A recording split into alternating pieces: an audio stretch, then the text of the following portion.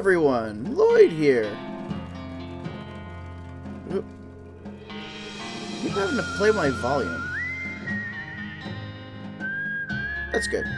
Well, been away from this for about 2.5 weeks, and I think it's time we finish up things here. As for voices for people, I unfortunately don't remember them. Most of them. So I'll manage as best as I can. So, let's continue. We have a bunch of little tasks to do for ghosts. First, we gotta head outside. Because we have to visit all the people we rescued.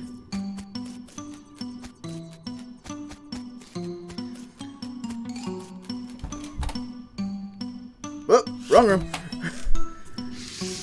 This room. Welcome to the Gun Manor Visitor Center.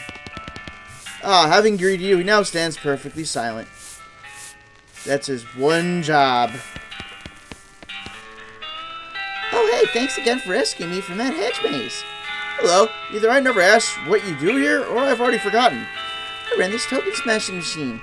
If you buy one of the commemorative tokens from the other machine over there, I can put in this machine here to roll it out flat. Well, flatter.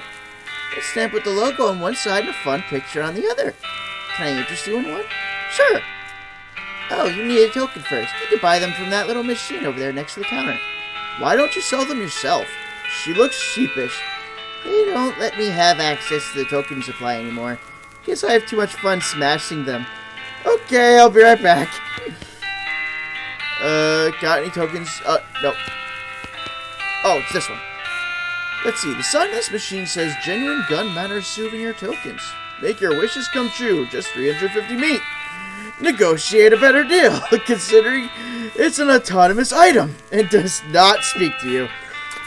In a staggering display of business acumen, you convince the machine to give you a discount. Buy another one. Buy another one. Okay, that's good. Alright, what do I want? Great! I love running this thing. It's so satisfying. What picture do you want on it? A badass shotgun, a magical rifle, or a cool pistol? Let's do a magical rifle. Great! It has little sparklies around it, and that's how you know it's magical. It probably also shoots beans, but that isn't in the picture. She takes your token, puts it in the machine, and happily turns the crank. It makes a loud grinding noise. Your token drops down to a slot, somewhat longer and thinner. You got Gun Manor Rifle token. Thanks! Want to smash another one? Maybe with a different design this time? No thanks. Let's see if this is any good. Let's see. Gun Manor Rifle token.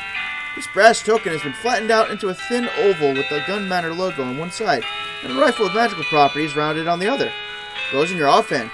+9 mysticality, +15 spell damage. Oh my god, that's good! Oh, let me check my offhands. I want to see what I'm using. What am I using? Let's see. I've been using this. Excuse me, I believe I'm taking that, token, like, right the F now. Thank you. Okay. She seems just as happy here as she was before. It must be nice to have a calling. Hello again. Oh, hey, it's you. They let you smoke in here? Let's just say they haven't successfully stopped me. Why sneak off to a carriage house to smoke if you can do it in here while you're working? Well, I'll give you a hint. I don't like working. Can you validate my parking? Didn't you say you got here in a ghost carriage? That's right. Those don't actually take up space, so it doesn't cost parked. Oh, never mind then. Okay. There's an old framed photograph of Mrs. Gunn on the wall, with a little explanatory plaque underneath it. The photograph is of a young Mrs. Gunn smiling as she accepts a fancy trophy from a man in a suit. A frowning man wearing a lab coat is standing behind her. The plaque reads, Terry Gunn, an assistant, accepting the 1869 Why Didn't We Think of That Award for Excellence in Inventing from the National Academy of Profitable Science. Huh. That's strange. My Steam feed has been acting a little funny. There we go. It's the info desk. Ask for some info. Oh, hi. Thanks again for freeing me from that book. You still kind of had marks where the engravings pressed into your face. I'm hoping they fade with time. But if not, I can always quiz myself while shaving. So, what do you do here? I provide information. Want some? Maybe later. Snacks. What do you got? Deep-fried holster, gunpowder turkey leg, and a gun-shaped cookie. It's a sugar cookie shaped like a gun, presumably for children. Decades hence, we will learn as a society to stop doing things like this. But it's just a cookie. It's just a freaking cookie! Oh, it's like the kid that got in trouble for eating a Pop-Tart into the shape of a gun and getting in trouble for it. What the hell? Oh. The guy from the bar card is leaning heavily against a display of shot glasses with different names etched into them. A sign on the display reads, "Personalized shot glasses, 1200 meat." The guy picks up a bottle stashed behind the display and fills it with a shot glass labeled Festus. Is that your name, Festus? The guy squints at the shot glass. Sure. He knocks back the shot and tosses the glass over his shoulder before picking up and filling another one. Now it's Clint. Leave him to his inebriation. Oh, it's you, my hero and savior. Alright. We need to go to the basement. Because we have a tea set, and that girl ghost wanted to have real tea. Then we have to figure out what to do with the hedge maze. Let's see. Which way was it again? This way? Yes. It's a coal chute. Climb down. Okay, yeah, this took me right to the basement. Oh, yeah, that freaky mannequin. Infinite number of spiders. Ah, here we go. There's a little spigot here. Making hot mud. I thought I was supposed to use the tea set question mark. Let me see something here. Tea set. Where was it? Here it is, tea service. A teapot and some cups on a pewter tray. Just had a bunch of imaginary friends. You got a tea party. So how do I...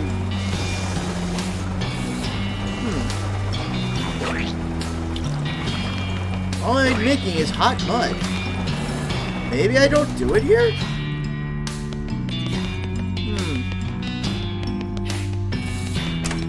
Well, climb up the coal chute. Alright. See what I can do about this hedge maze. Oh yeah, because I have hedge clippers! Shoot, I didn't want to do this!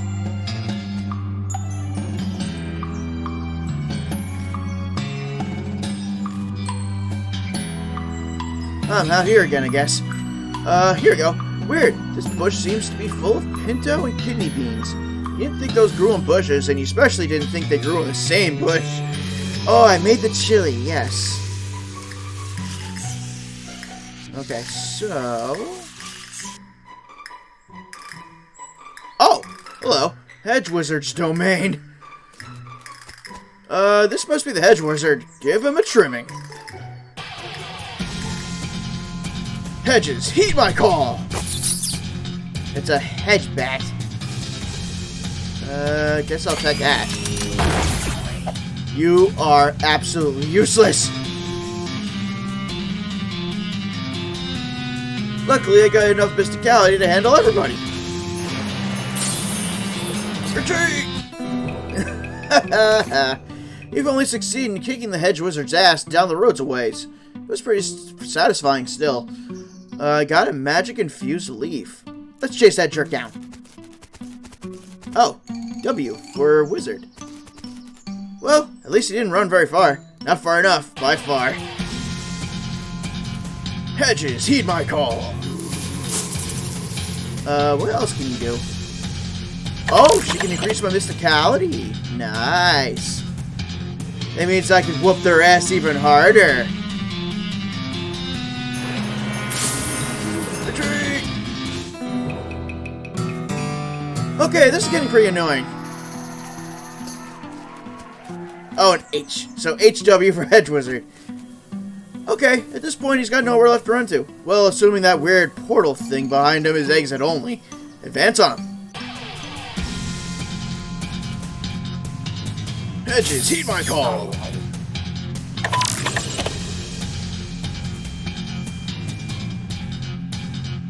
Oh, those weird hedge columns just look like leafed goblins.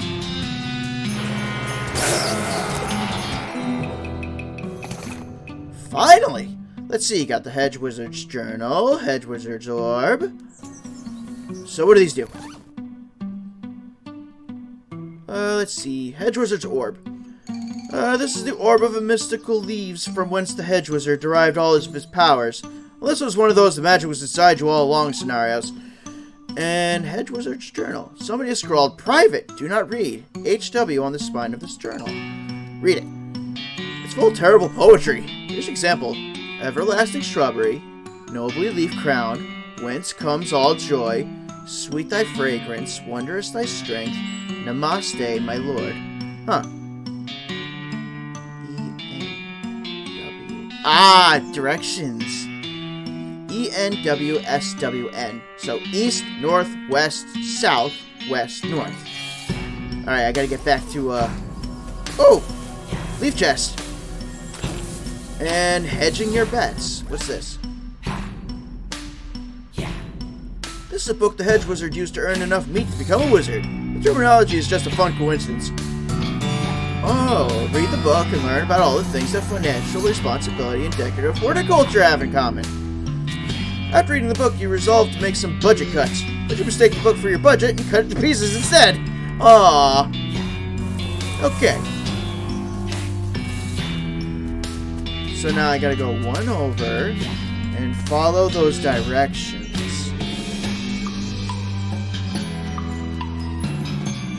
Okay, so it was east, and I forget the rest. East, north, west, south, west, north.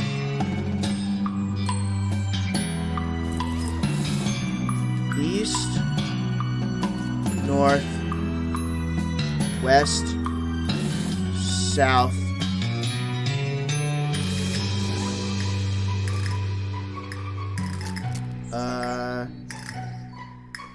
south, west, north. Okay.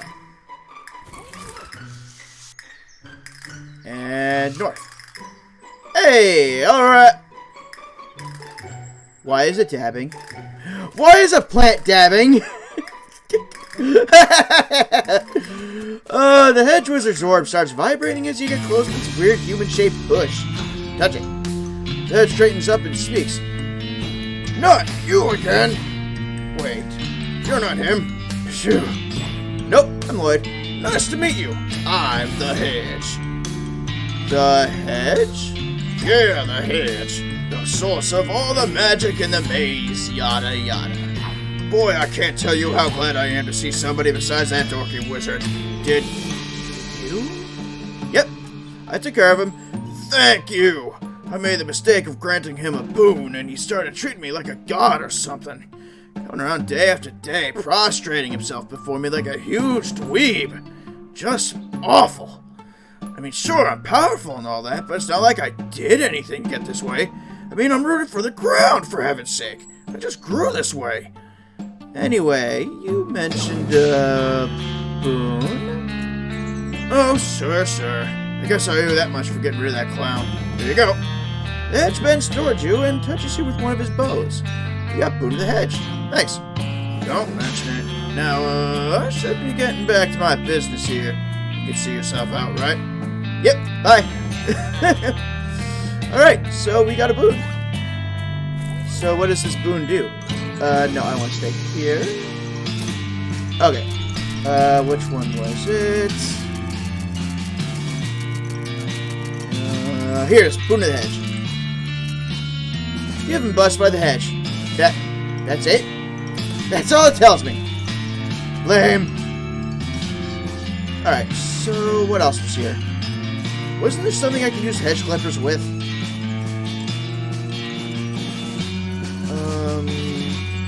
Nope.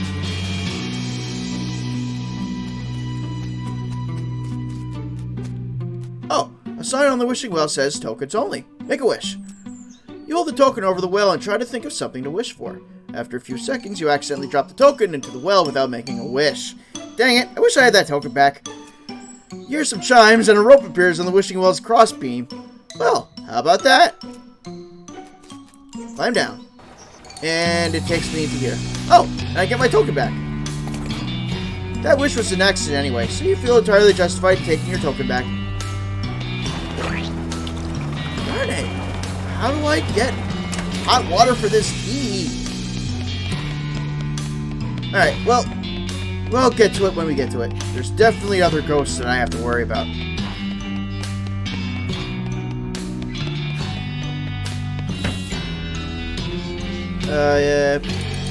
No, not the parlor. Where was the kitchen? Here it is. Because I have a photograph for Lourdes. And I also have a pair of pants. So you have returned. Have you recovered the photograph I required? I found an old photo. That actually looks like you. Here. Ah, marvelous! What a resemblance! Yeah, it's a pretty decent pic. Good thing light travels faster than bullets. Now my image will not be lost to the refuges of time. Merci beaucoup, my friend. He hangs the photo in the window and dissipates into nothingness. Auf Wiedersehen. I kind of like him standing by the window better than this little doodle picture. Okay, I don't remember the voice for you, so I'm just gonna have to ad-lib it. I still can't find any legless pants. Have you come across any? How about this skirt? Look, I understand that genderization of clothing maybe shouldn't be a thing, but I'm kind of old-fashioned. Did I say skirt? I meant kilt. What's a kilt? It's a special kind of foreign legless pants for men. Here, try it. The ghost tries on the kilt. Hey, that's real nice. Thanks a lot. With his pants problem solved, he dissipates into the ether. Good luck. Alright.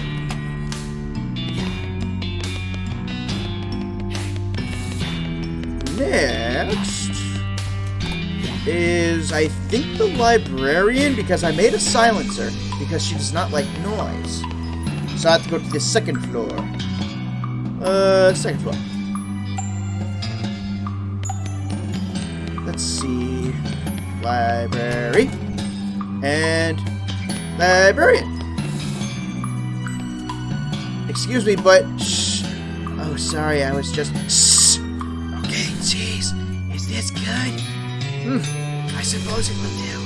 Now, what was your question? I was wondering how you died. Oh, wow, how'd that happen? I was wondering. Shh!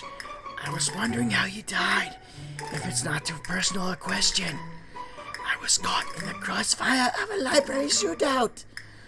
Wow, what happened?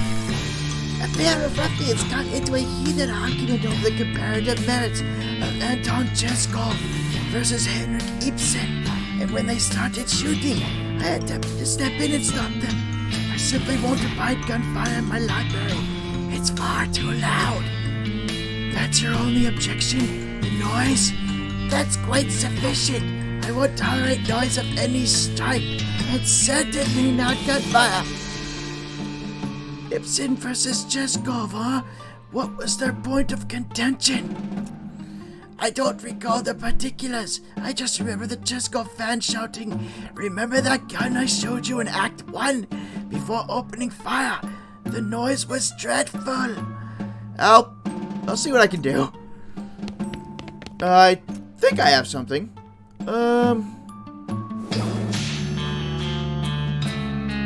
Shoot, maybe I don't. I thought I had a silencer. Unless I never made it yet. Okay, yeah, that might be the case. Yeah, because I still have the wad of stuffing. I never made the silencer yet. Okay, go to the first floor and go to the basement.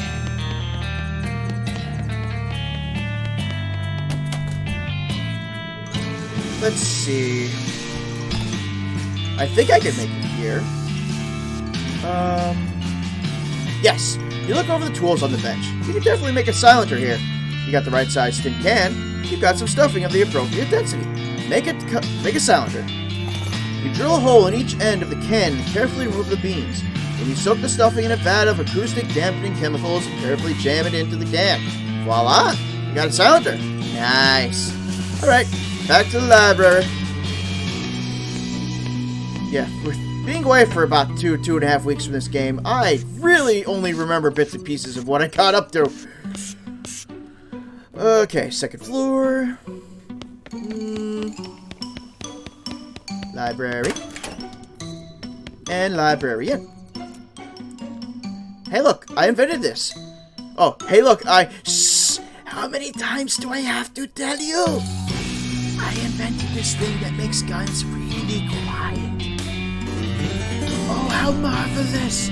Finally, I can rest in peace, knowing that libraries will now be safe from the noise of gunfire. It is only in an atmosphere of quiet that true joy dare live. Bertrand Russell. And with that, she dissipates into nothingness. He isn't famous yet. Well, whatever. Okay, so, library's done. Oh, and I think I have a book to return. Yeah, here we go. You have 2 books you can put back. Fun Law and Dueling Banjos. They go on different shelves, so you can't do them both at once. Okay, find the shelf where Fun Law belongs and put it back. The next book on the shelf is entitled Gun Law, which might be even more entertaining. And I have to return one more book. You find the shelf where Dueling Banjos belongs and put it back. The previous book on the shelf is entitled Duel Law, which seems to be about the legal issues surrounding dueling. Never know when that might come in handy. Duly noted. Alright, can I read that? This thick legal tome explains all the laws about dueling with things other than banjos. You'll learn about all of the laws pertaining to dueling. It turns out when 2 guys want to murder each other in a fair and reasonable manner, things get legally tricky. You get a perk, Duel Law, and you put the book back on its shelf. And Basics of Gun Law. This book is an overview of laws regarding guns, which even at this point in history already don't make much sense. You learn basically everything there is to know about gun law. Now you can be the prosecuting attorney and defense counsel in addition to judge, jury, and executioner. After that, you put the book back on the shelf. Time to dispense some justice. Which means a nice long chat with the ghost lawyer. Which I think is in the gallery. And I need a drink.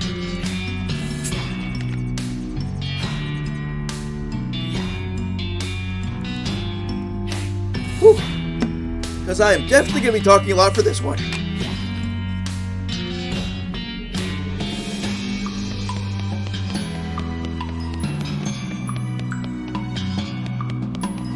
Okay, lady. Objection! Huh? What are you judging to? Your face! Overruled. What's your problem anyway? Bah, it's legal stuff. You never understand. I think you'll find that I'm quite conversant in the finer points of our justice system, particularly as it pertains to guns and gun-related activity. Horseradish, you're all trousers and no briefs. Oh yeah? Well, just try me, smart lady.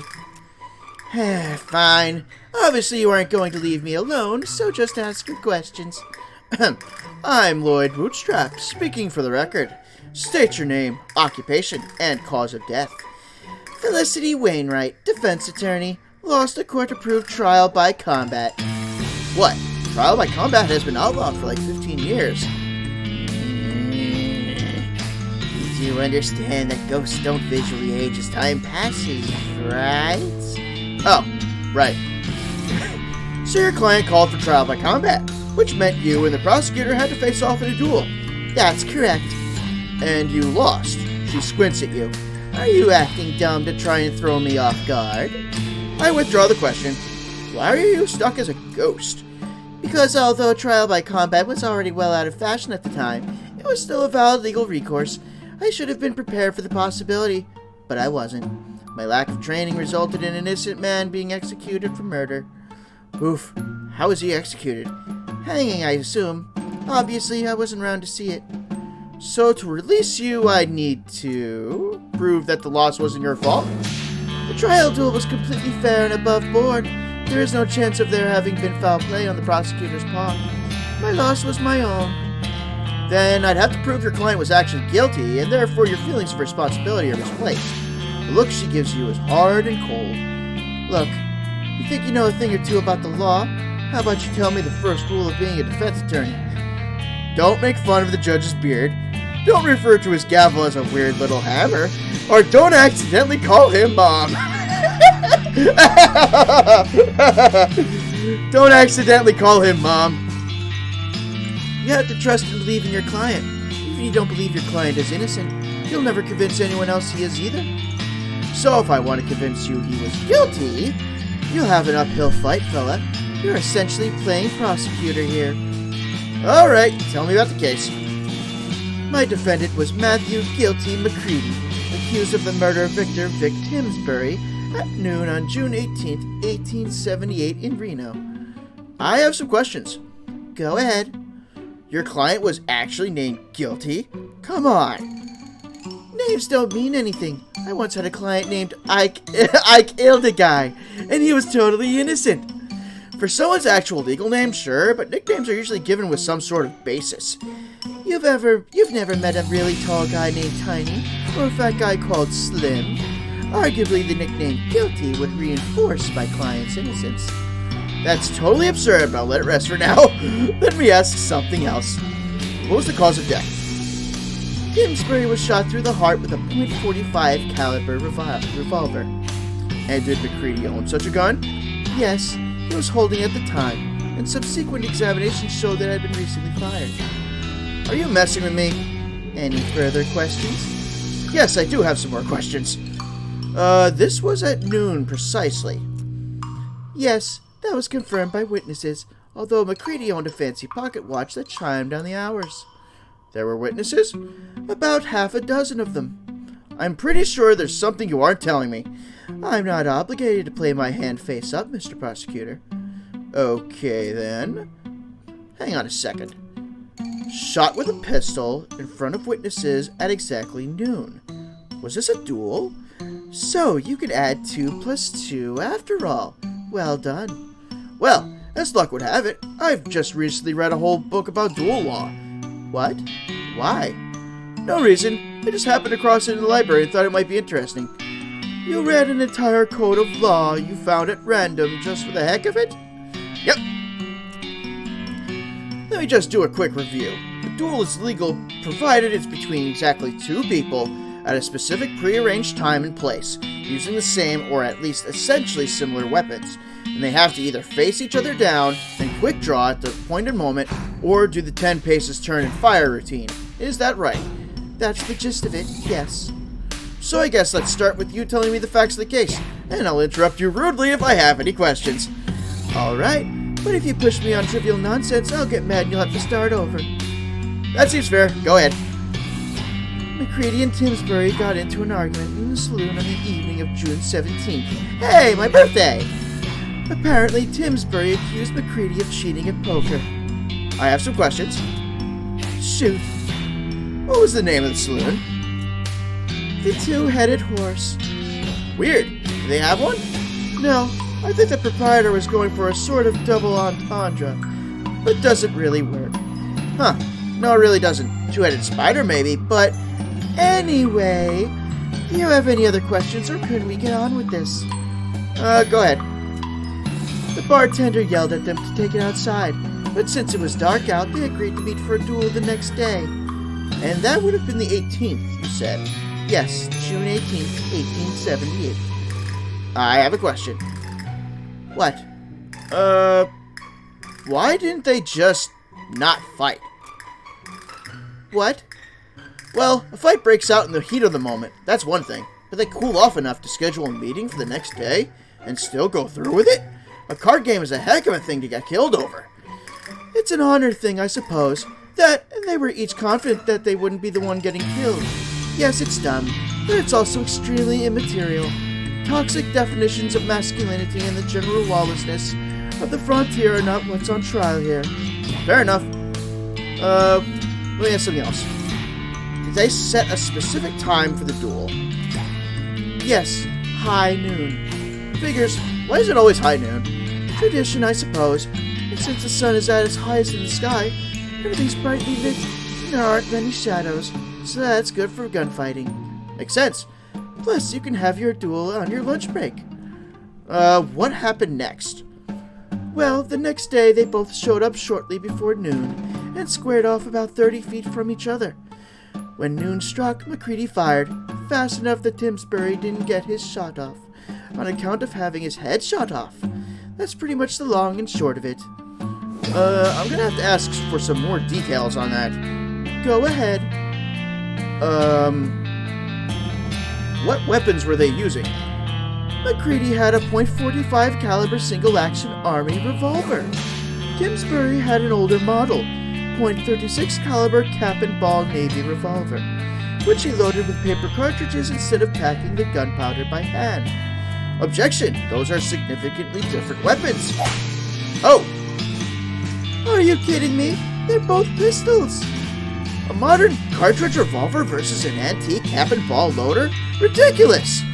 That antique was in production until 1873 and was considered one of the most reliable and popular six-shooters in the territories. Furthermore, the restriction against differing weapons in duel is about pistols versus rifles, or the proverbial knife in a gunfight.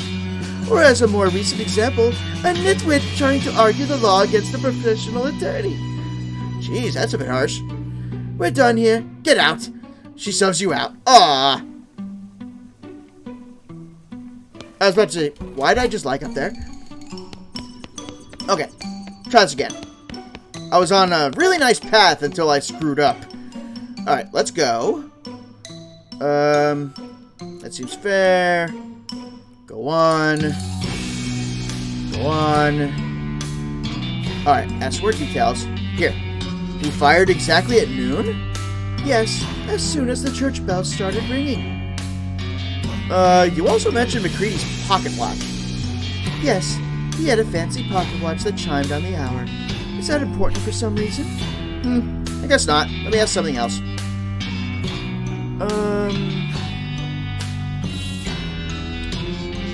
You said you were witnesses? About half a dozen of them, watching from across the street or peeking through half-open shutters. Were they interviewed? Yes, and their stories lined up with what I just told you. Were any of them known associates of McCready? I'm not aware of any of them being actual friends with McCready, but he was a local, and a lot of people knew him. She gives you a suspicious look. Wait a minute. Just where are you going with... Objection! Oh, come on! Uh-oh. Any one of those people could have interceded on McCready's behalf. What? And done what, exactly? Well, they could have shot Timsfield with a more accurate weapon, like a rifle, or... Then there'd been 2 gunshots instead of just 1. Or are you suggesting they shot him with a poison blowgun dart? Well, was he tested for poison? Get out! Rats. Darn. Well, round 3.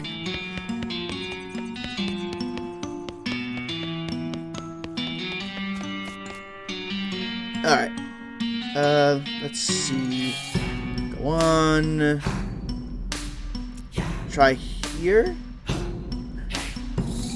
I think I asked that because they said a specific time. Why didn't they just fight right then?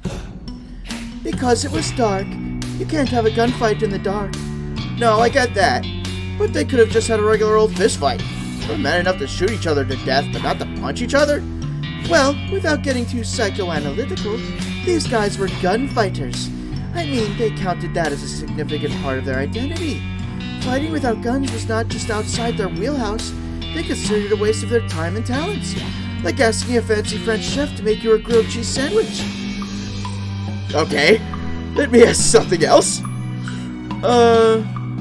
What happened next? Ask more details. fired exactly at noon. Oh, so McCready fired as soon as the church bell struck noon. Yes, that is what I just said. Have you got a point to make, or are you just stalling for time to think? Objection! God, what the heck?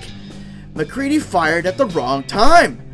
What are you talking about? He fired exactly at noon, with the church bells. There were witnesses. That's right, he fired at clock noon, but the duel was set for high noon. They aren't the same thing. High noon is just when the sun is at its highest point in the sky. Depending on geography and the time of year, it could be hours different from clock noon. McCready fired early, and that makes the duel illegal. So what do you have to say to that, counselor? Felicity gives you a slow smile. I've got to hand it to you, Prosecutor Broodstrap. You're a lot better at this than I was giving you credit for. That's a good thought you had there. There's just one problem with it. Oh, what's that? I already thought it. Take that! She hurls a small book at you, which you just barely managed to catch. 1878 Nautical Almanac. Gah! What the heck is this? I did my homework when I was preparing for that trial. My legal homework, since at that time I was expected there to be an actual trial, not a gunfight. What you're holding there is a nautical almanac for the year 1878. There are bookmarks if you'd like to do the math yourself, but if you look up solar noon, aka high noon, for June the 18th and make the adjustment for Reno's longitude, what do you think you get? You have got to be kidding me. That's right, Mr. Prosecutor. 12 o'clock p.m. Precisely. No! Well, damn. Nice try, though. I mean that sincerely. That's all my ammo. I can't think of any other way to disprove McCready's innocence. As far as I could see, it was a fair duel. Yes, and that's me with the guilt of an innocent man's death on my hands. An innocent man's death? You sure are good at repeating things people say. What if he didn't die? Say what now? Well, you didn't actually see the execution, right? Yes, well, I was indisposed, you might say, being dead and all. So you don't actually know whether or not it happened. Oh, come on. Look, I appreciate the effort, but you're barking at the moon. Let me ask you something. All right, go ahead. Was the trial right after the duel, the 19th? Huh, no. I don't know what Reno's like now, but he didn't have a proper courthouse then, and he can't try a murder charge in the sheriff's front parlor. McCready sat in jail for a couple of weeks, and they transported him to Frisco. With one thing and another, the trial didn't start until July 25th. Gee, so much for the right to a speedy trial. The wheels grind slow. I have another question. All right, go ahead. When was the execution? Well, we held the trial by combat on the 26th, and that was a Friday. They don't execute prisoners on the weekend, so we presume it would have been the following Monday, the 29th. In the morning? What, with setting up the gallows and letting a crowd gather? They usually happen in the afternoon, around 3 typically. I have another question. What can you tell me about McCready? He was a gunfighter through and through, and by that I mean he was an adrenaline addict, and dueling was his needle of choice. Hell, if you told me you had evidence that he cheated at poker with the specific intent of baiting people into challenging him into duels, I wouldn't be the least bit surprised. He was a sly one. Her expression softens and she sighs. I make him sound like a real devil. That's not fair. He was smart and charming, and could have been a good man if he'd chosen an entirely different life for himself. Anything else? Well, I recall he had a good head for numbers. He told me that he never forgot a date, and every man he'd ever killed, he'd remember to pour a beer on their grave on their birthday. Well, that's nice. A nicer birthday present would have been not having killed them in the first place, of course. Yep. I have another question. Why did he invoke trial by combat? Assuming he was innocent, why would McCready invoke trial by combat? His case was pretty straightforward. A duel only worsened his odds. I was mighty surprised, let me tell you. The only thing I could figure is, it was his damn foolish sense of gunfighter's pride, or something. Like that was the only form of justice he was willing to submit himself to. What else? I'll be back. Do some research with this book. And get another swig of seltzer, because I definitely need it.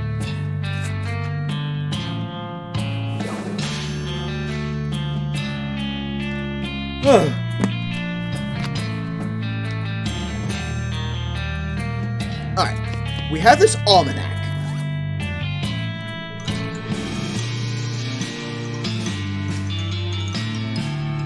Let's see. The Nautical Almanac of Astronomical Ephemeris for the year 1878. Look up a date. This book is almost entirely tables of numbers labeled things like logarithm of the radius vector of the Earth. You can look up any day in the year 1878 in it. Though who knows if you'll be able to figure out anything for what it gives you. Look up date. Let's see. I want to know about when things started. So, June, what was it? The 26th would have been the day he was supposed to be hung? Alright. Nothing interesting happened. Maybe I got the date wrong? June 23rd? That don't mean anything. Maybe it's July?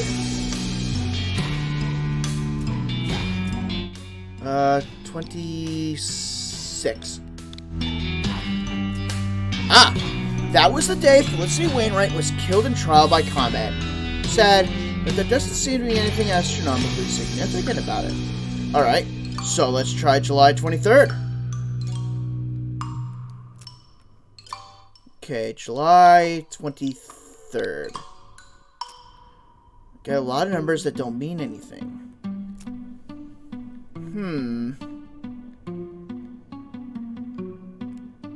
Maybe one of the earlier days, like June 19th? Try this. No. How about June 18th?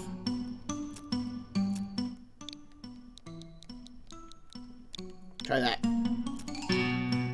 Let's see. That was the day McCready and Timsbury's duel. Apart from the fact that High Noon and Reno matched up exactly with Clock Noon that day, there doesn't seem to be anything special about it. Alright.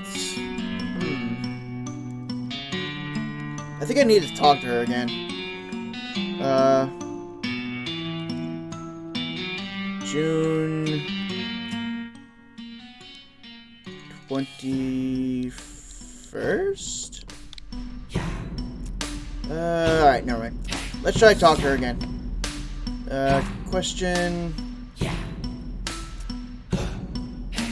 Oh. The trial didn't start until the 25th. Okay. So let's try July 25th. Okay. July 25th.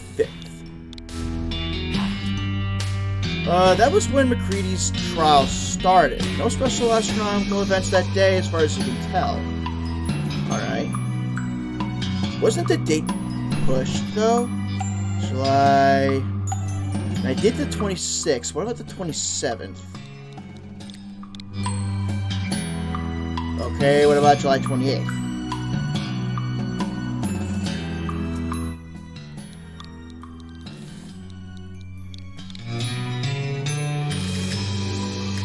Let's see, on that day there was a moon, and it was somewhere between new and full. Okay.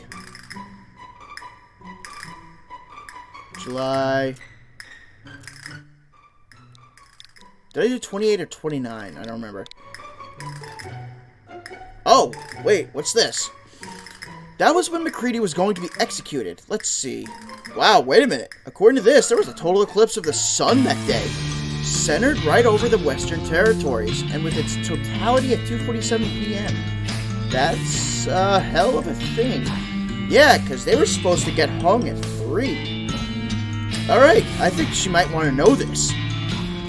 Let's see. Oh yeah, I looked up July 29th in your almanac. And get this, there was a total eclipse of the sun that day. What? Now you're just messing with me. No, look for yourself. Totality of 2:47 p.m. right over the Western Territories. Well, that's quite a thing. But I don't see how that affects... Wait. Unless you're suggesting... Right. It was the perfect opportunity for MacCready to escape. That's absurd. Absurd like a fox. You said yourself that MacCready was really good at remembering dates. He could have read about the eclipse at any time and stored that knowledge away for future use. Like to give himself an advantage in a duel or something. Alright, that's reasonable as far as it goes. But MacCready couldn't have worked the eclipse into an escape plan, because he didn't have any say over the court schedule. You said, with one thing after another, the trial didn't start until the 25th. MacCready could have caused any number of those delays himself, by faking illness in prison, or messing with the horses on the ride to Frisco, or anything. This also could explain the trial by combat. You mean, there ended up being too much delay? So if a regular trial went on too long and was found guilty, he'd have missed the eclipse. Exactly. Whereas if he called for trial by combat, everything would be resolved one way or the other in only one more day. Maybe he'd win and that'd be fine, but if he lost, he could use his escape plan. I have to admit, this is pretty compelling. But it's all maybes and what ifs. Yeah, maybe it happened. But maybe MacCready was rescued by leprechauns. Oh man, are there leprechauns in Frisco? You need some kind of hard evidence before this is any more than just a fun story, is what I mean. Well, let me ask you something else. What's up? How can I find evidence of MacCready's escape? Well, we don't know that an escape even happened. True. Something like that would have been in the news for certain. Okay, I'll see what I can find. So, we need to find newspapers. And if the library doesn't have newspapers, I remember at the very start of this game that I was able to find a newspaper for, what's his face? Oh, wait, what's this? And I was gonna say the cactus guy. You find a few bundles of old newspapers at the bottom of one shelf. The Frisco Newsinator. You start at the bottom of the stack and flip through them until you find the paper for the week of July 28th, August to August 3rd, 1878. The main feature has to do with the eclipse and various accidents and spectacles that occurred because most people weren't expecting it. The editor apologized for burning the announcement in the previous week's weather forecast. Most notable, all 3 men scheduled to be hanged on the 29th escaped in the confusion, and only 2 of them were recaptured. Unfortunately, their names aren't given. You don't find anything relevant to the case. However, as you're putting the papers back in order on the shelf, a headline in the more recent issue catches your eye. Husband of famous inventor missing. The article is light on information, but apparently Mrs. Gunn's husband, Dan, vanished on the road while traveling to Dirtwater on business about 6 years ago. Law enforcement suspected bandits, but no evidence was found. That's kinda grim. Okay, go back to, Ghost Lawyer. Let's see. Oh, nope, passed it.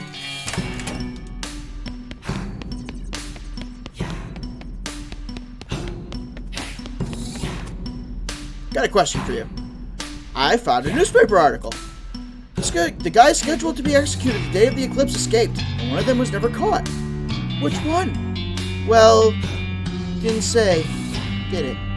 Nope. Damn it. And executed criminals aren't given gravestones with their names on them, so you can't just go looking around Frisco Cemetery to find out. Listen, Lloyd, I really appreciate what you're trying to do, but at this point you would have to actually find MacCready himself to prove he wasn't executed due to my failure. Well, I guess that's what I'll do then. Okay. So, if I were McCready.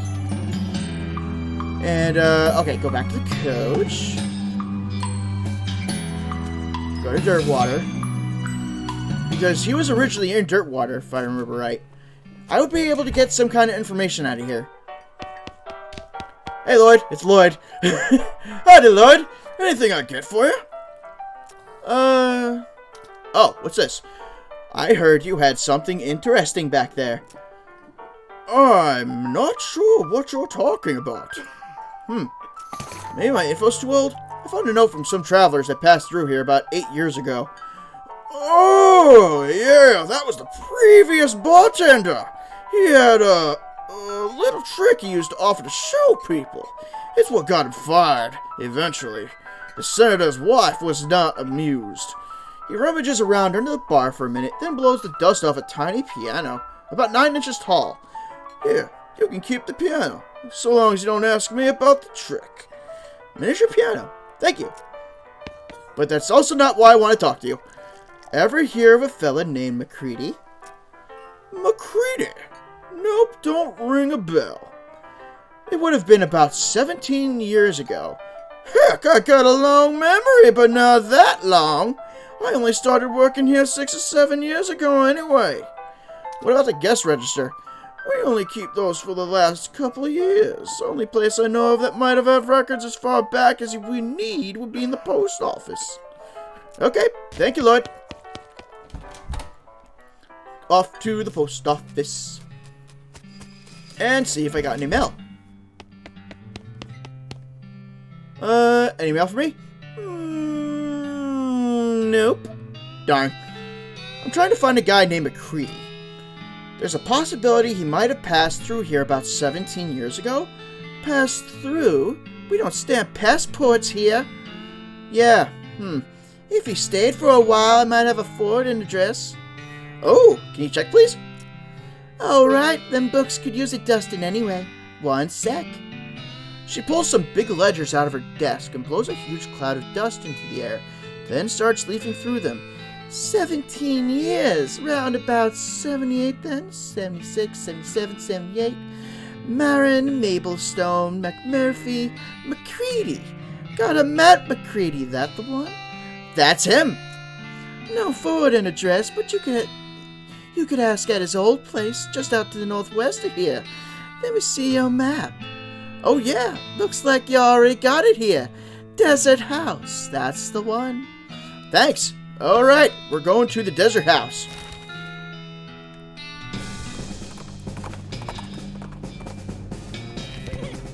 Okay, I couldn't go in the house, I don't think.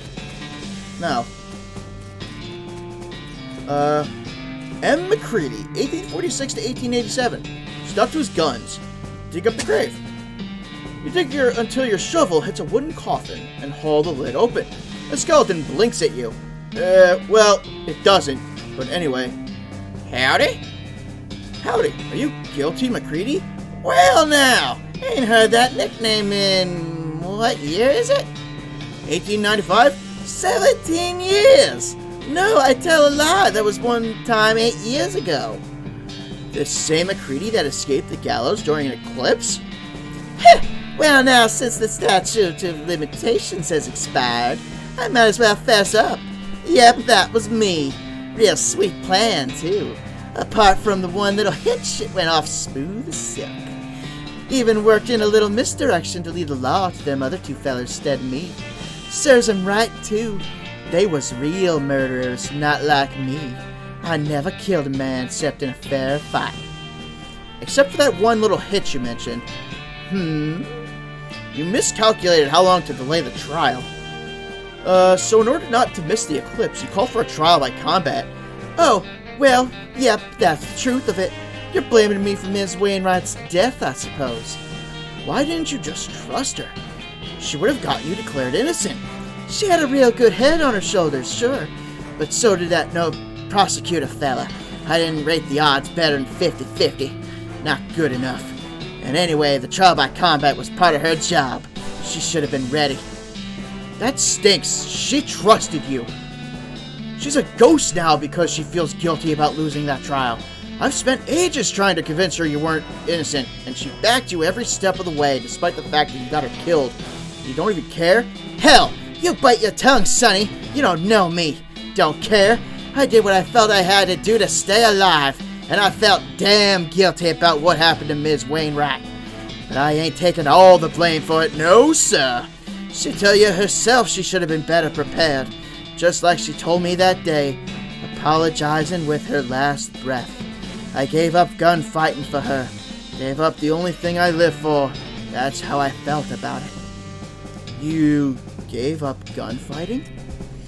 Weren't easy, but I did.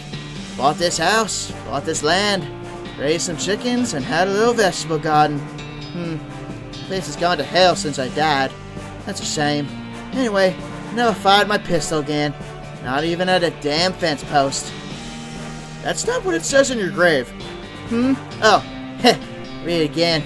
That's the fellow what killed me having a little ironic joke, I reckon. Someone killed you? Yeah, because you got a freaking bullet hole in your head. You're only the second person to track me down. First one was 9 years after the trial. Vic Timsbury's brother hunting for revenge. What happened? He challenged me to a duel, and I told him I ain't doing that no more. He asked again, and I said no, and he hollered at me, and I took my pistol out of the closet and threw it at his feet, so he could see how the cylinder was all rusted shut. As he cocked his gun and asked me one last time, I said no, and all I remember's the bang. Jeez. Kind of him to bury me, though. Guess you weren't all bad. Do you want to see Felicity again? I could take you to her ghost. Nah, I reckon I'll just go back to sleep. Ain't right a dead fella walking around. Just tell her sorry for me, right? Here, you can have her my pocket watch. She'll recognize it. McCready's pocket watch. Alright, bye McCready. So long, fella. We close the coffin and fill the hole back in. Aw. Alright. Well, gotta break the news to Felicity, I guess. At least she can have some closure. Okay, ride back to Gun Manor. And I completely passed the front doors. Oh wait, no, those weren't the front doors. Why am I always finding myself in the carriage house? Okay, so back to the gallery.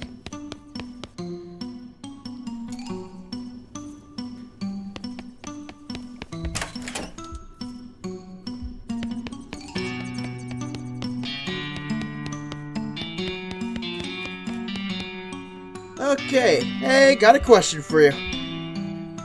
Are you ready for this? What now? I found McCready's grave. He wasn't executed. Well, technically, yes, but not until like 8 years later. You're 100% certain it's him? Not some other man named McCready? It was him. Here, he gave me his watch to give you. She turns the watch around in her hands for a while, just looking at it without saying anything. Then she slowly winds it and listens as it chimes the hour. Yes, this is his watch, all right. Thank you. Wait, you said he gave it to you. He's alive? Not exactly. He's a skeleton. We talked for a while, and then he asked me to bury him again so we can go back to sleep. What did he say? He confirmed our guesses. He knew about the eclipse in advance and stalled the trial for his escape plan, but stalled it too long and decided to hedge his bet by calling for the trial by combat. I see. He gave up gunfighting. He what? He bought a little house and raised chickens. Never fired his pistol again. In fact, he left it to rust. 9 years later, Timsbury's brother caught up to him and challenged him to a revenge match. McCready refused repeatedly, so the guy shot him. He said to tell you he was sorry. She looks at you silently for a moment, then looks at the watch. She winds the hands back a minute and listens as it chimes again. She sighs and shakes her head, then smiles at you. Thank you, Lloyd. You'd make a fine damn attorney. She shakes her hand and fades from view as she does so, leaving her attorney's badge in your hand. Rest in peace, counselor. Aw. Goodbye. That was nice. Maybe long-winded, but that was really nice. You're free now. Hey, Paul. How's it going? Shh. Is the ghost still here? No, I took care of her. Oh, thank God. I've got to go wash this flower off and get back to work. But first, He starts frantically scratching every part of his body. man, feels like I've been saving up these itches for days. I was about to go crazy. Thanks, Lloyd. You're a lifesaver. No problemo. Come see me at the visitor center. I'll hook you up with a souvenir photograph. Paul wanders off, still scratching. See ya. Okay. What other ghosts am I missing? Time to talk to my Ghostbuster friend. Let's see. According to my weird instruments, there are 4 ghosts left on the premises. More precisely, there are none left on the first floor, 2 left on the second, and 2 on the third. Okay. So there's still 2 ghosts here and 2 more on the top. So where am I missing? Oh, I forgot, the lady that's doing the B&B. Hello again, dear. Were you able to find me a new eye? Yes, kind of. How kind. Thank you very much. She takes the glass eye from you and puts it in, whereupon it falls through her and onto the floor. She tuts as she picks it up. Oh dear, it's a little too physical. Yeah, I wasn't certain that this would work. Don't worry, this is easily fixed. Do you have a hammer I can borrow? A hammer? No, sorry. That's alright, dear. Just let me know if you find one. Okay. I need a hammer. Basement? Maybe? I don't remember coming across a hammer. Oh well, one way to find out.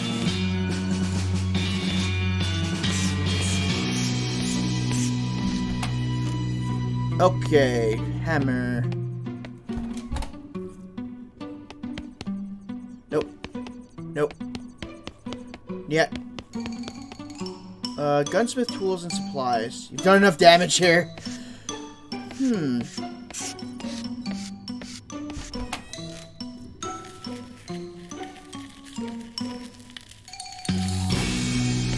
there.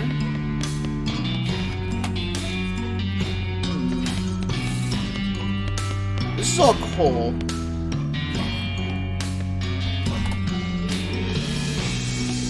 That's a infinite void of spiders. Still can't do anything with this. It's dumb.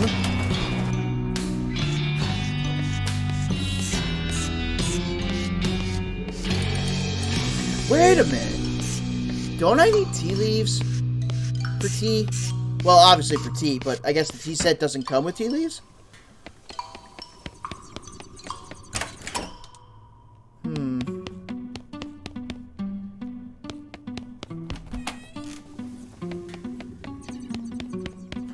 Let's try the,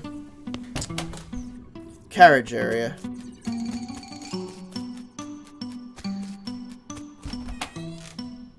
Maybe there's a hammer in here? Nope.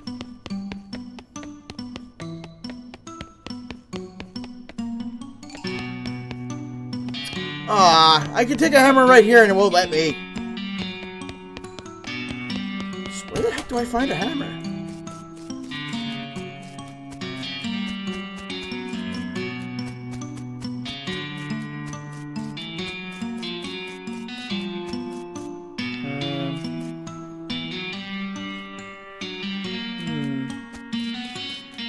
Also, wasn't there a spot that had... Yeah, a whole bunch of bushes. Oh, neat bush. I can't harvest that. Oh, here we go. This arch is overgrown to the point of impassability. Undergrowing. Step through. I knew there's a place you could, Oh, it just makes a loop. That's it? Aw, I feel ripped off.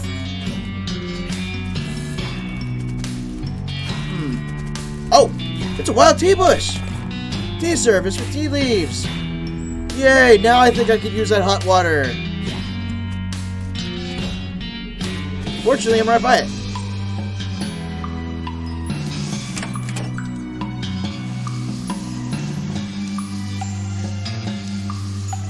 Oh, hey, Kath. Oh, and you can lurk if you want to. I'm doing okay. Just finishing up west of Logan. Oh, you pour some boiling water into your teapot. Voila! Tea service with tea. But yeah, go relax. You deserve it. Right now, I'm just trying to find a hammer. I don't know where I can get it. Because I can't help the B&B ghost woman until I find a hammer of some kind.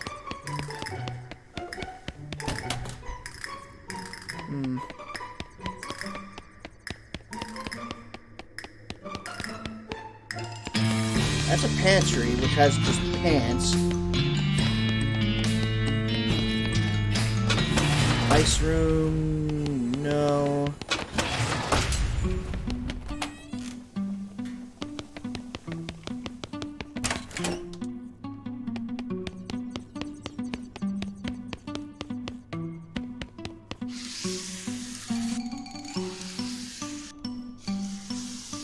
The only thing I could think of is if I have to go back to town and check the shops. But I would think everything that you would need would be centralized in this manor. Let's try the second floor.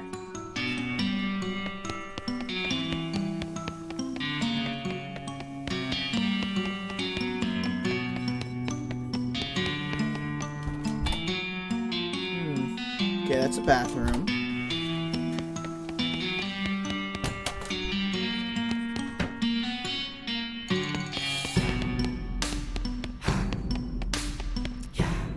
Oh yeah, I forgot. There's this other ghost in here.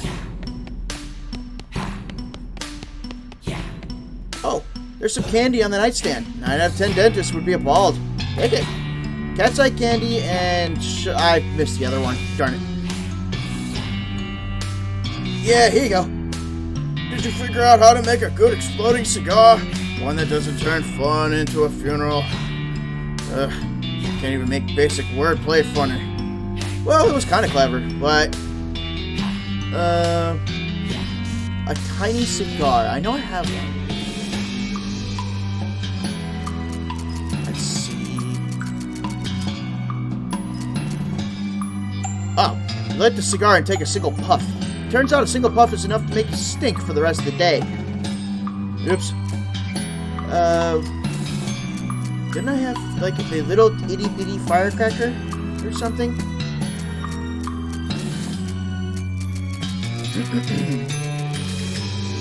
Let's take a look. Oh, I still have a box of science doohickeys. And also, no, I do not have it. Here's some science junk. Nice. What's this thing? Oh well. Whatever it is, I'm sure it's safe. Florence attaches some of the science doohickeys you gave her to her weird backpack. Medicinal gas. Huh. Alright, so... let's try the third floor.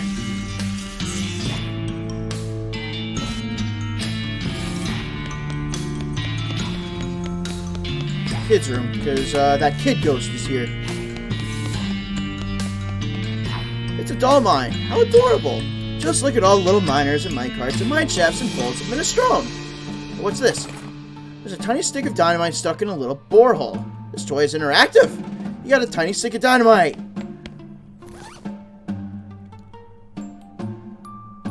Let's see. Did you know that firecrackers are just tiny sticks of dynamite? And that this is just an even tinier one? And that a pumpkin is technically a berry? Examine it. Wait a second.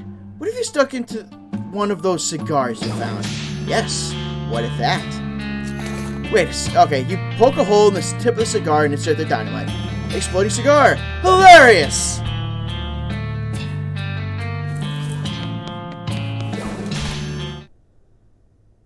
Okay. Any chance of a hammer in here?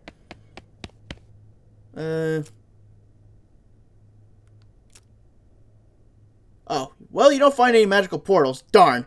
But you do find a diary. You flip through it, but there's nothing of particular interest except an entry about how the author was excited to leave for sleepaway camp the next day with her sisters, and how she was thankful to someone called Uncle Chet for getting the tickets. Said it was since it was gloomy around the manor ever since her father went missing. That's the last entry.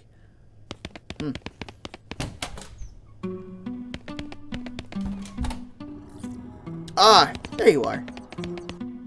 Hello again, sir. Did you find some real tea? I sure did. Here you go. Oh, that's wonderful. Thank you. She serves the tea, and the four of you, okay, well, not the doll, sip it with your pinkies extended in genteel fashion. Then, with a giggle and a wave, she fades away. Rest in peace, kiddo. Oh, thank God. I thought that would never be over. Look at me. I'm shaking like a leaf. Kind of a freaky situation, right? Having to deal with little kids freaks me out bad enough. Having to interact with the ghost of one was horrifying. Anyway, thanks for the rescue. I need to get back to work. What do you do here? I run the candy counter in the visitor center. Oh. Huh. I think you chose the wrong profession. Oh. Toy box. Maybe a hammer? Nope. No hammer. Oh, yeah. This music. Jeez. Oh, I can get more stuffing. Nice.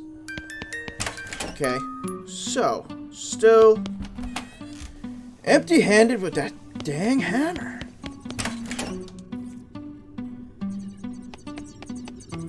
Nothing here.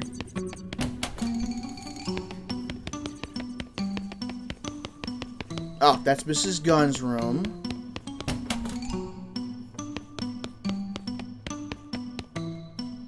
Cheap cigars.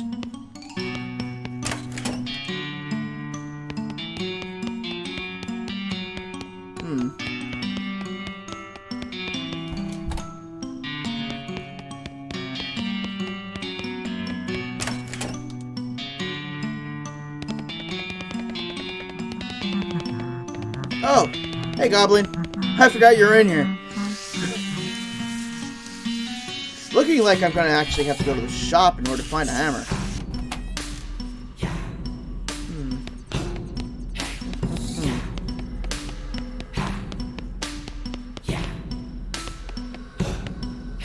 Oh, the balls are still now. Grab one.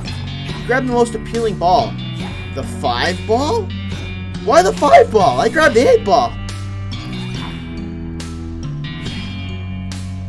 Let's see. This billiard ball is covered in a kind of orange paint, so flammable that it's never not on fire. Set fire an enemy for 25 extra damage. Start every fight on fire. Pardon? No, thank you. No, thank you. Okay. Let's go back to the coach. Is there any way I can, get a hammer in here? No, he's got the shot glasses. That's candy. Photos. Thanks again for your help. What an ordeal. No problem. How's the itching? More or less better. I mean, hygiene is what it is, and in this day and age, you know? You nod. Would you like a souvenir photograph? It's only 200 neat. Sure, I'll take one. Okay then, smile. Gun Manor photo. Wait a second. This is a photograph of the house. Yep, an official Gun Manor souvenir photo. Why'd you take your picture of me then? Oh, that's just for our records. Okay. Walk away. Alright. Go to town. Go to the store. And please, for the love of Pete, tell me there's a hammer. Can of oil, shovel. I mean, a shovel could be used like a hammer if you hit it hard enough. Darn.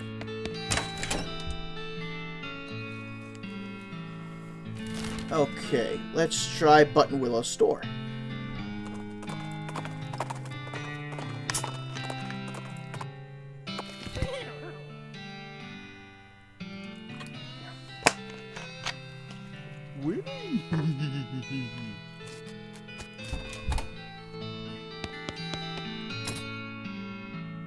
Hammer, maybe? Hammer! Thank you! Thank you, thank you, thank you. Oh, what's this? You encounter a family of scared settlers trying to pack their wagon and head back east out of Dirtwater. They're having a hard time getting everything situated. Help them pack. Using your advanced spatial skills, you nestle everything into the wagon with space to spare. Now they won't have to leave their children behind. Wonderful!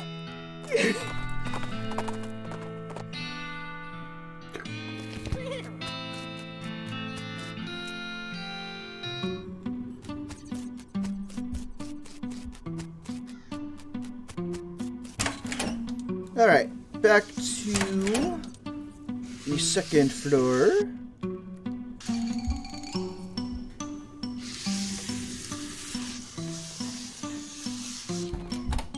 Here's your hammer, ghost lady. Hello again. Were you able to find a hammer? Yeah, here you go. That'll do nicely, thank you. She takes the hammer, places a glass eye on her desk, and smashes it with a precise crack. Ah, perfect. She gives you back the hammer and plucks the ghost of the glass eye from the shattered fragments. After blowing the dust off of it, she tucks it into her eye socket. That fits much better. It looks weird. Does it work? Well, now that you mention it, no. I can't actually see with it. It is the ghost of a glass eye, after all. Oh dear, this won't do at all. What a shame. You know, I don't really understand why your eye is still missing. What do you mean? Well, I always assume when someone loses an arm or something, it just sticks around as an arm ghost. That's why people say they can feel it itching sometimes, because you still got an arm there, but it's a ghost. It's even called phantom limb syndrome. So logically, if the rest of you becomes a ghost after that, it would hook right back up. But then, where did my eye go? Maybe it got pushed back inside your head? The ghost thinks about this for a second, then shakes her head. No, that seems... Wait! What? I don't think I felt something just then. She shakes her head again. My goodness gracious! Keep going! It's like one of those puzzles where you try to get the marble in the hole. She bends her head forward and continues shaking it. You can almost hear a faint rattling sound. And then a plop. She straightens back up, blinking with two eyes. You did it! Well, I'll be. Thank you so much, dear. I never would have thought of that. No problem. Have a nice time in heaven or whatever. The ghost gives you a friendly wave and fades out of sight. Well, that's that then. Okay. How many more ghosts left? 2 ghosts left on the premises. 1 on the second and 1 on the third. Oh, yes. I have to talk to, you. Okay, I think this is what you're looking for. That's an exploding cigar.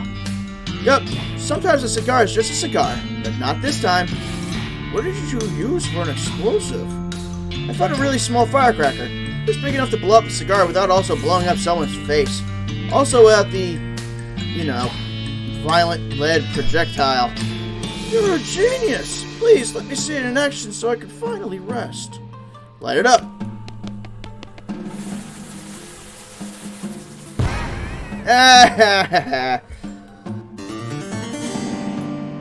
Funny! And that's it. There's 1 ghost left on the 3rd floor. And I've been to every room but Mrs. Gunn. So that means someone is a ghost. This door is locked and no earthly force can open it. Well, maybe a whole team of horses, but good luck getting them up the elevator. Knock knock. Yes, who is it? Mrs. Gunn, I'm Lord Bootstrap. Are you with the ghost extermination people? Yes, ma'am.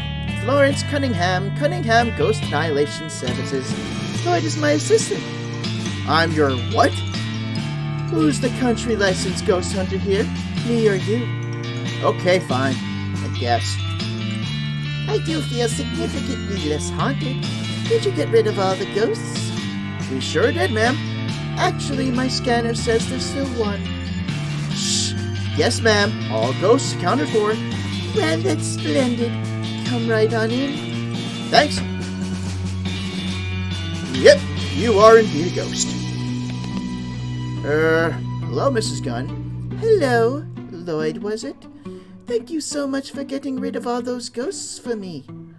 Yeah, about that. Turns out there's one left. Oh dear. Well, I'll need you to take care of it before I can pay you. Mrs. Gunn, got some bad news for you. Oh? What's that? It's you. You're a ghost, ma'am. Well, I'll be. When did that happen, I wonder? My condolences. Why, thank you. You're very kind. You know, this does explain some things. Like what? Well, I haven't had any appetite for months. Nearly a year, in fact. They keep sending food up from the kitchen in a dumbwaiter. But I've just been dropping it out the window and sending the empty plates back, so the chef won't have her feelings hurt. There's also the fact that you're, well, translucent? Yes, I thought it was just cataracts. Mrs. Gunn, this prompts a question, you know. Oh, what's that? Why are you a ghost? Well, I'm sure I don't know. You're the expert. Perhaps you can tell me. Actually, that's me. I'm the expert. Do you have some kind of unfinished business? Something that's tying you to this place?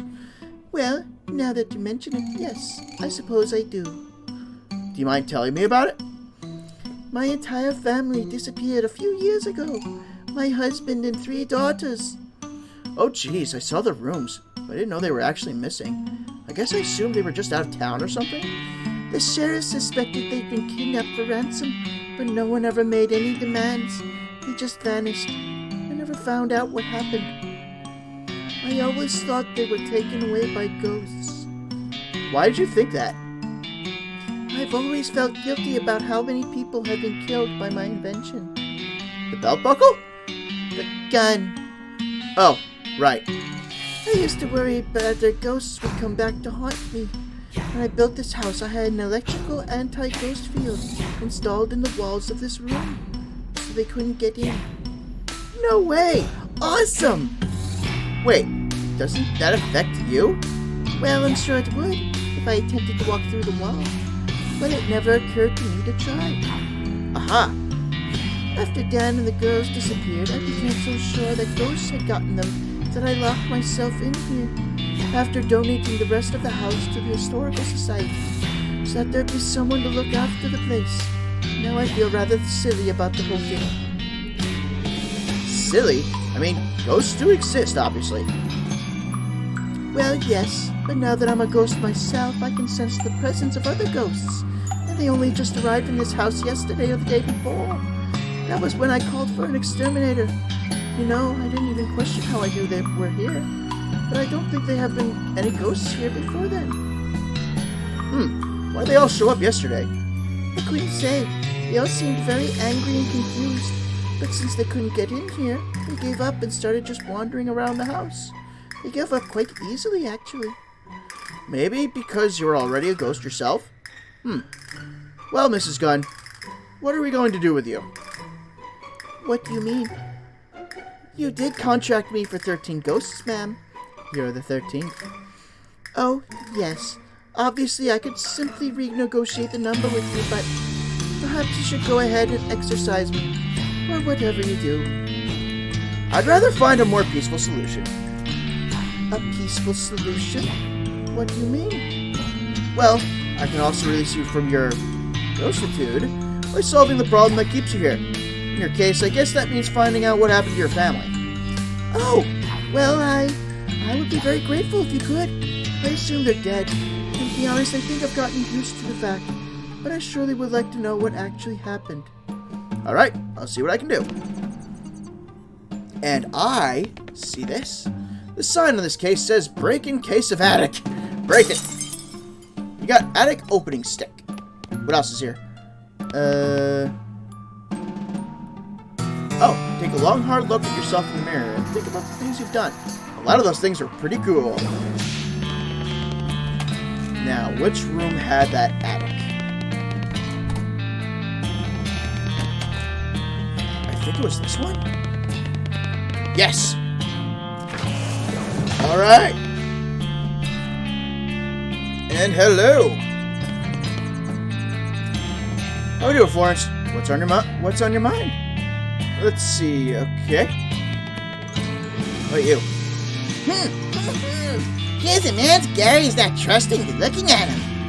Yeah, he kinda shady looking, even ignoring the fact that he's apparently hiding in Mrs. Gunn's attic. Who is it mean? I guess I could ask him. Hello, Brutish. Hey, who the heck are you? I'm Lloyd Bootstrap, but since I'm not the guy who's apparently hiding out in Mrs. Gunn's attic, I feel like you ought to be the one answering the question. Who am I? Well, that's just friggin' typical. I'm Chet Bullet, damn it! Am I supposed to have heard that name before? Yes, you damn well should have. Mrs. Gunn's invention would have been nothing without mine. Wait, let me guess. You invented the bullet? Phew, I thought for sure you were gonna say belt buckle again. Oh shoot, now I want to change my guess. You're damn right I invented the bullet, but I was her assistant, so did I get any credit? Hell no! Okay, well, maybe I'll feel like talking... Oh, wait, no. Sounds like you got an axe to grind. Not much for longer! Ah, jeez. Yeah, looks like we found the bad guy. Okay, Chet, go ahead and tell us the details of your whole nefarious plan. I don't care much for your tone. Why should I tell you anything? Well, I can just set you on fire with my mind, but I prefer words to incoherent screaming. Well, it's too late for you to stop me anyway, so I suppose it wouldn't hurt to tell you. Certainly, not as much as not telling me would. When Mrs. Gunn dies, control of the company and patents passes to me. I'm no murderer, mind you. I like to keep my hands clean. But I figured there might be some people who'd have a bone to pick with her, considering their manner of death. You summoned all those ghosts. That's right! All it took was some basic seance equipment wired up the house's belfry for amplification. A snap for a mechanical genius like me. But seance gear summons ghosts related to the summoner. That's the whole point of a medium. A person who knows how to direct the summoning on someone else's behalf. So you get to talk to your own grandma instead of the summoners. You don't seem like the medium type to me. More like small. But that does explain something I've been wondering about. Oh?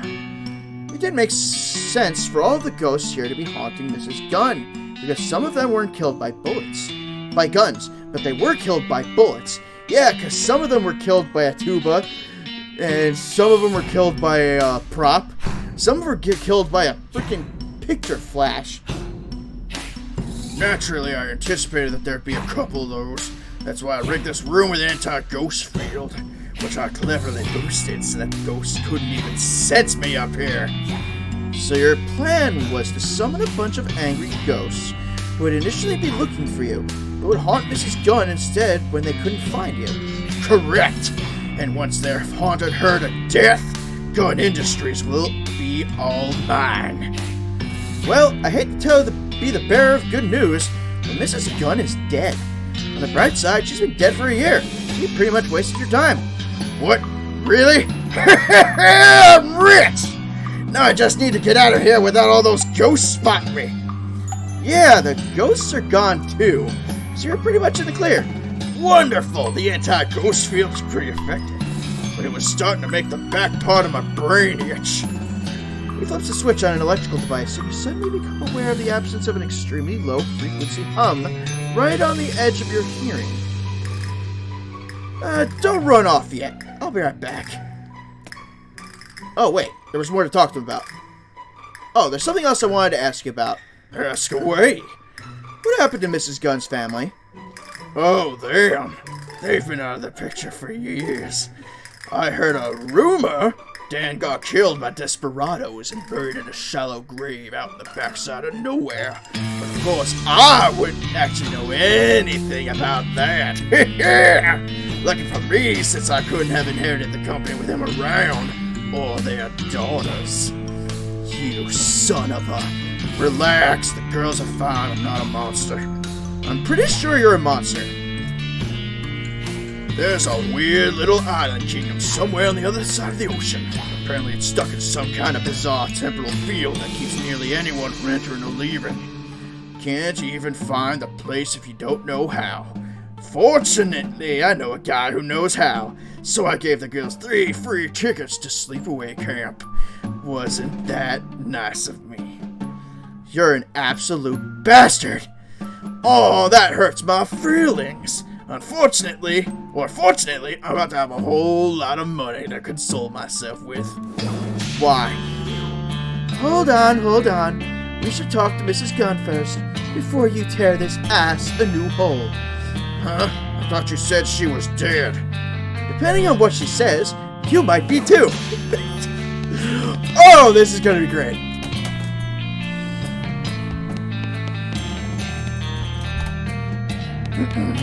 Mrs. Gunn, I have good news and I have bad news. Hi, Mrs. Gunn. Hello again. Have you managed to find anything out? Yeah, I have good news and bad news. Go on. I'm ready. Jet Bullet had your husband killed and your daughters kidnapped, so he'd be the sole heir inheritor of your company when you died. He's also the reason all the ghosts here were here. That son of I should have suspected something when he suddenly started being so ingratiating back then. And when he wrote off desperados on his expense account. I'd write him out of my will, but I suppose it's too late. That's rather galling. What's the good news? He says your daughters are safe. They're just on a magical island somewhere that nobody can get to.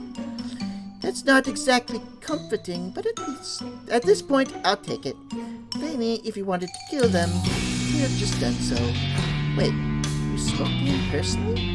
Yeah. He didn't know you were already dead, so he's been hiding in your attic for the last couple of days, waiting for the ghosts to kill you. What do you want me to do with him? I'll leave it up to you. I'm not in a state to make any reasoned judgment. In any case, you've answered my question and I can feel myself moving already. Thank you for all your help. With a sad wave, Mrs. Gunn fades from view. Then, almost as an afterthought, the lock on her desk drawer pops open. Inside, you find a check written out to Cunningham Ghost Annihilation Services, which Flo snags with a cha-ching and a blueprint. You got an item, Mrs. Gunn's blueprint. Alrighty. What is this blueprint? This blueprint represents what would have been the crowning achievement of Mrs. Gunn's career if she hadn't died before actually getting it into production. Aw. Alright, Alright, may as well go see Jack off again.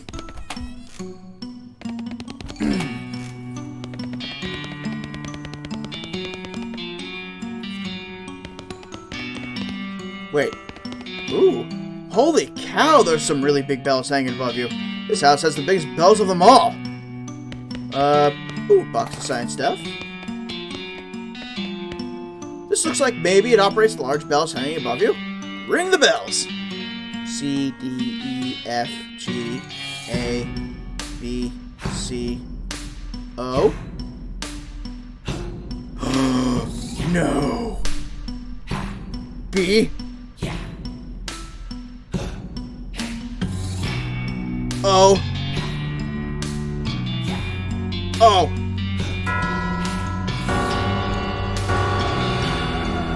As the eerie sound of the bells fades away, ethereal outlines begin to appear around you and resolve, one at a time, into familiar spirits.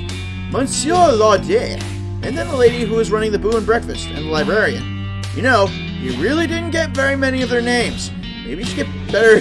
Maybe you should be better introducing yourself to people. Anyway, you're soon surrounded by a small crowd of ghosts, with Mrs. Gunn being the last to arrive. This is the bell tower in my house, Lloyd. What's happened? Yeah, nice to see you again, but what's up, Counselor? I suppose you're all wondering why I've summoned you here today. I did just ask you that, yes. Well, I've come into some information I think you all might be interested in. This won't take long, will it? I need to get back to the afterlife. What's the hurry? They've got an all-you-can-eat buffet with every kind of meat in nugget form. Oh my gosh. You unholster your pistol and slowly put it against your temple. Can't get there that way, you dummy. Rats. You put the gun away again. Anyway, let me explain. Felicity, how'd you feel when you got here? Originally, I mean. Well, I remember being very angry. I wanted revenge for my death, but the feeling went away pretty quickly. I can remember why I felt like that. I'm not the vengeful type. It doesn't even really make sense in your case. Yes, exactly. I never bore any ill will toward the prosecutor that shot me. Was it basically the same for the rest of you? Just like that, yes. Myself as well. Me too. Thought so. Well, here's the deal. You were all summoned for the explicit purpose of taking revenge on Mrs. Gunn here. Tenze, I was not killed by the gun. I wasn't either. Yes, some of you weren't. The summoning happened based on your connection to the summoner himself, Chet Bullet, the inventor of the bullet. But he was hiding with anti-ghost technology and assumed that enough of your deaths would be gun-related, that you turn your attention to Mrs. Gunn instead.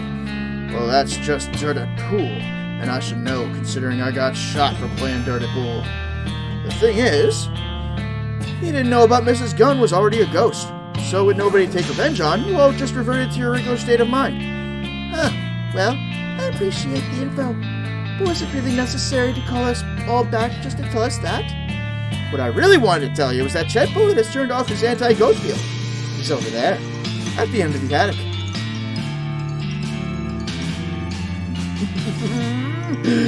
Now, I'm not going to make any noise about how he's ultimately responsible for all of your deaths, because that would be both crazy and also belittle the actual circumstances of your deaths. But Chet Bullet murdered Mrs. Gunn's husband, kidnapped her daughters, and attempted to use you all to kill Mrs. Gunn herself. So if you are interested in a little frontier justice, 13 is a pretty good number for a posse. The ghosts all turn to look at each other, and their eyes begin to glow red.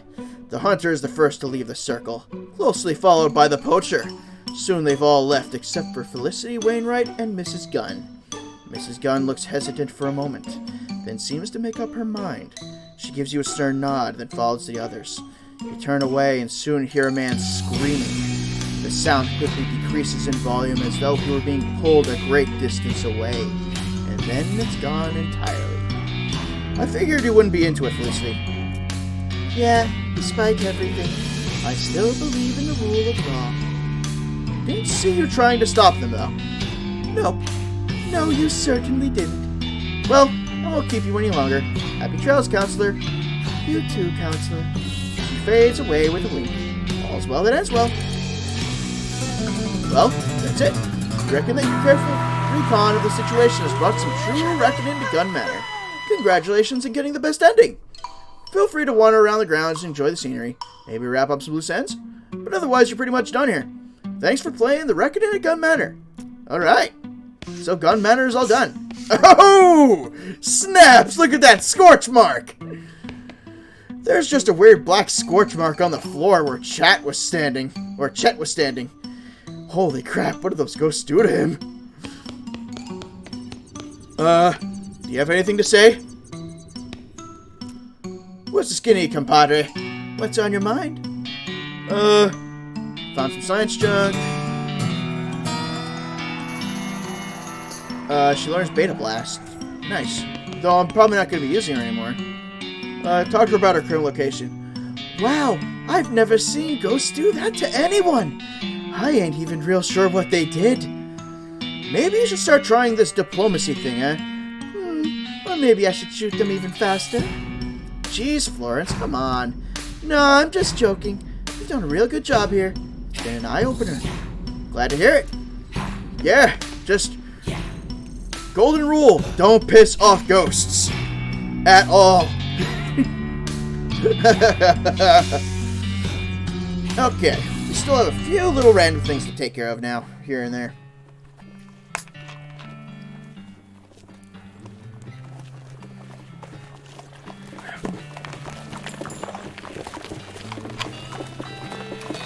We need to still find someone for Cactus Buddy over here. And we also need to figure out what the rest of the El Vibrato stuff is for. I guess I'll ride to Frisco, see what happens.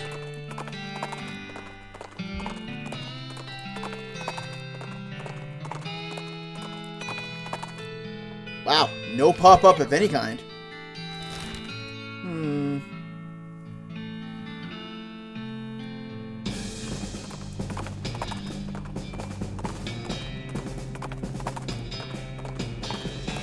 Why am I not running into stuff?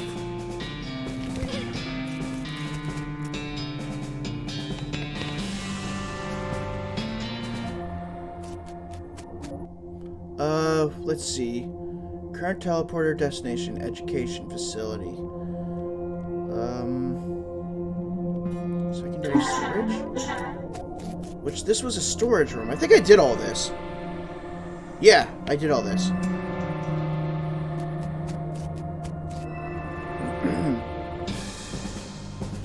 Let's see, check out the curious copes.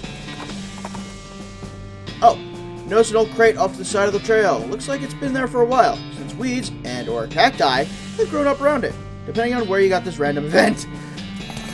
Kerosene, spiked coffee, and smelling salts.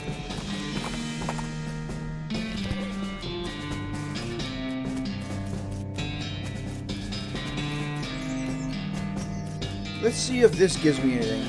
Hopefully. Now, what did you do? Yeah, here, this weird pipeline. Terminal corruption detected. Primary terminal, select secondary terminal. Pipeline? Power.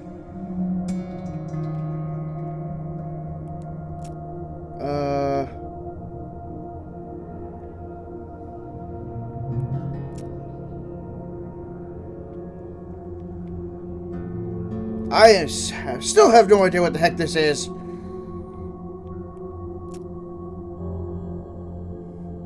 North Central Construction Facility online. Okay, I think I did something there.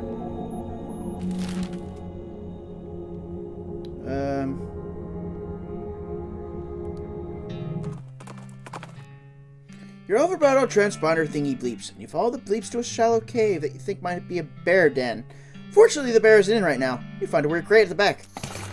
Oh, overbrow stuff.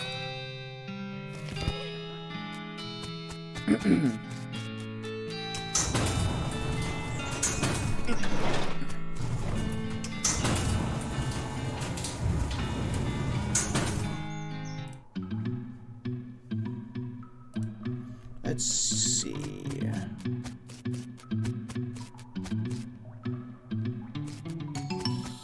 Oh, this was the hole. Yeah.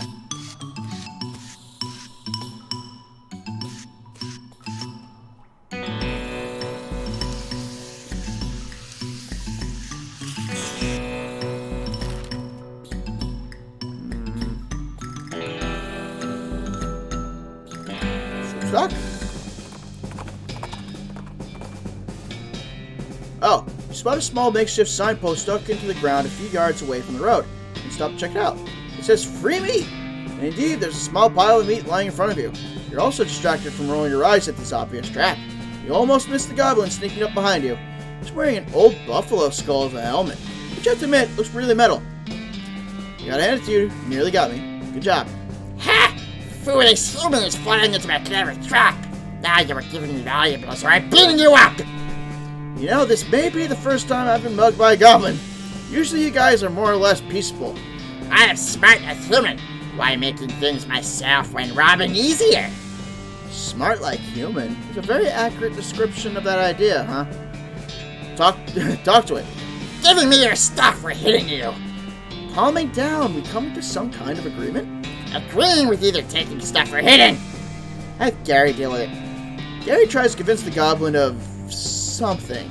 They're talking too fast for you to really follow. The goblin is plainly belligerent, and Gary starts to look exasperated, but eventually he manages to convince the goblin to go away and leave the two of you alone.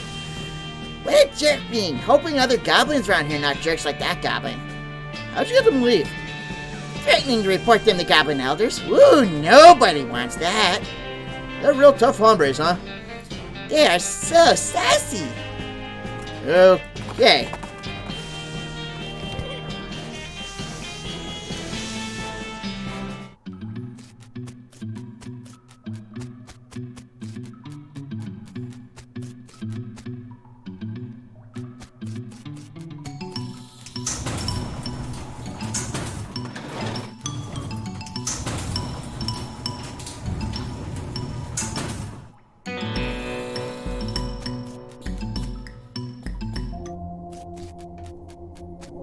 Now, what was this? Oh, this was El Vibrato fluid. Alright, so nothing in here. What else? Madness Maw? The El Vibrato device starts bleeping, and the bleeping leads you to an unremarkable sand dune, which quickly becomes remarkable when the robot buried underneath it wakes up. Approach it, and kick its butt. Holy crap, my target will suffer 217 hot damage. Holy moly! If my beans had muscles, they'd be flexing them right now. You forcibly shut down the robot and bury it back underneath its sand dune. Oh yeah, you guys. Shoot. I need that hat, don't I? Cultist mask. Okay. Don't worry about me, I'm one of you. Even though you saw me change hats, I am definitely one of you.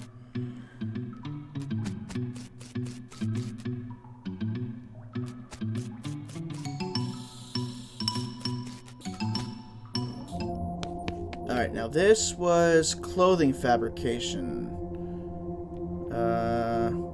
Okay. So, nothing here.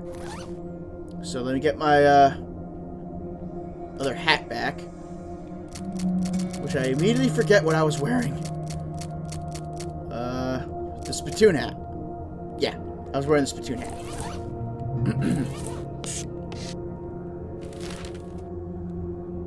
There must be some locations I'm missing.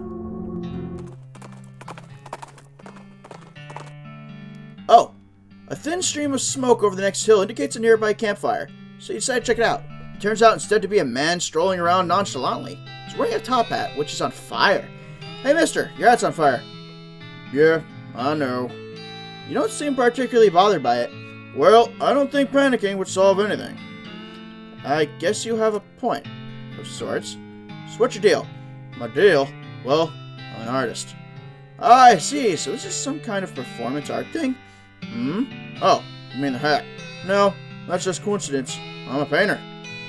Try to convince him to take the hat off. Mister, you need to take that hat off or you'll roast your brain. Perhaps, but think how handy it'll be for reading at night. You know what? I give up. I'm leaving. You take your leave of this absurd man. Did not have out Fox in 5. Alright, so let's try to walk back and forth between here and here. See if I can get some locations.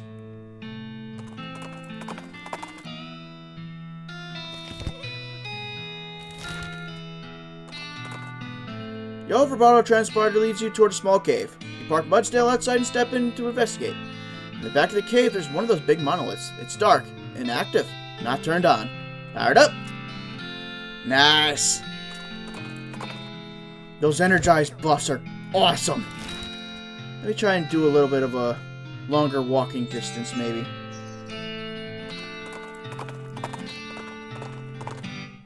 You catch a glimpse of something colorful out of the corner of your eye and hop down to investigate it. Before you know it, you're mesmerized by the scintillating rainbow of shiny multicolored scales. A moment later, you realize you've fallen for the oldest trick in the book.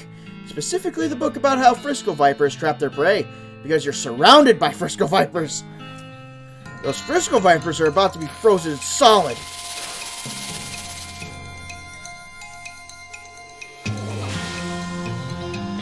Ooh, you guys are a lot stronger than I thought.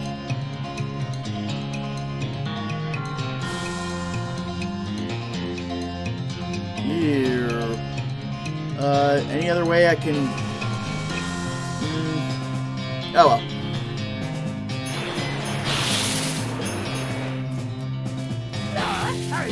Gary, you have become worthless. What happened to you?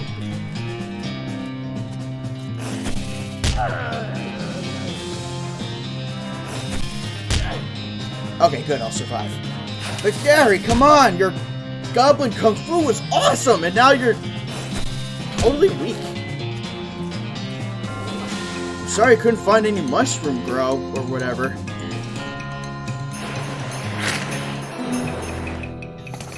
You beat those stupid hippie snakes into the earth they love so much. Hippie snakes! I like that!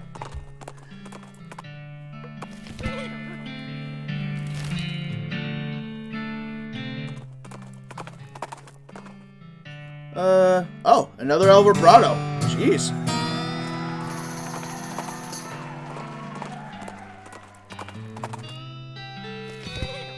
I'm not getting anything.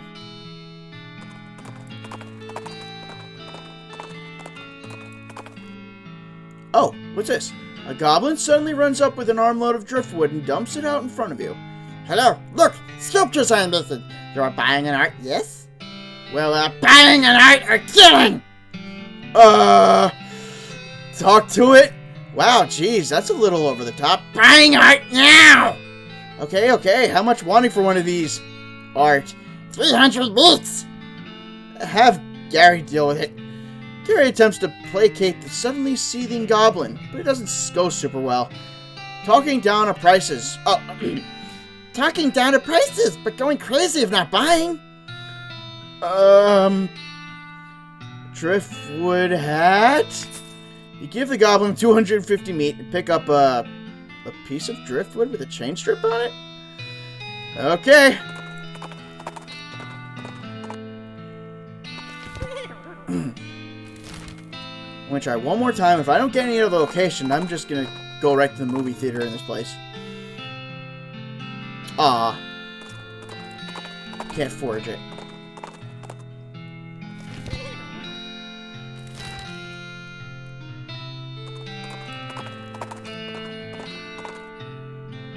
You find a rough wooden cross stuck in the ground with the words, "Some jerk," carved in them. I guess it's a grave. Data. Oh! Speaking of grave, I wonder if I have enough info for the that necromancer. Wrong button. Let's see. The miscellany, maybe?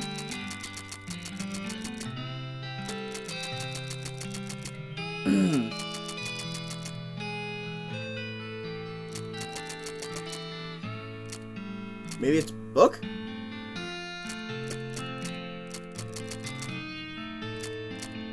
Oh wow, I don't have a lot of books. Quest items. Cryptic note about... Oh! The cryptic note about ley lines! You sound the weird note, but you can't make heads or tails of it. You stick it into your necromancer journal for now. I should check that out. Good, because, I haven't found anything for it yet. So where the heck is it? Necromancer info. Oh, here's Necromancer Journal. Alright. The robe receipt you found has led you to determine that the Necromancer's lair is west of the mountains.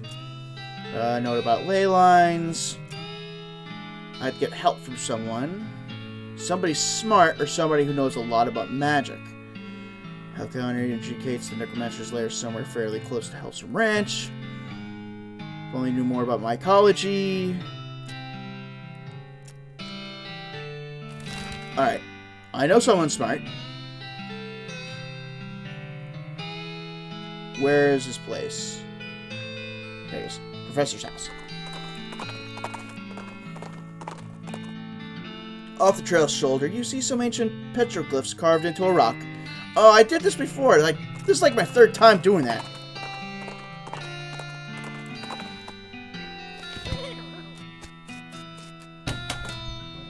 What do you know about ley lines, Professor?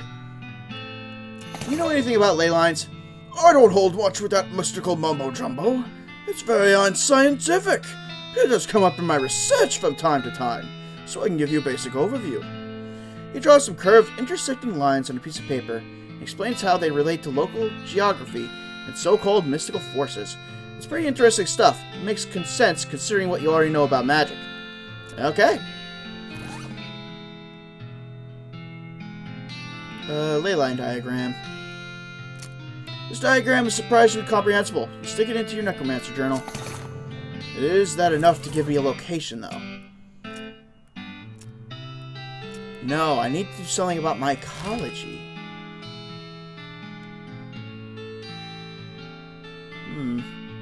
Oh! Did I ever get the stuff out of Alexandria Ranch? Maybe one of them has something for mycology.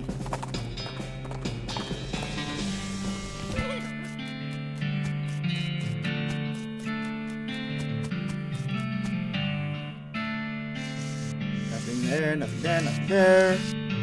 I need lockpick in 3!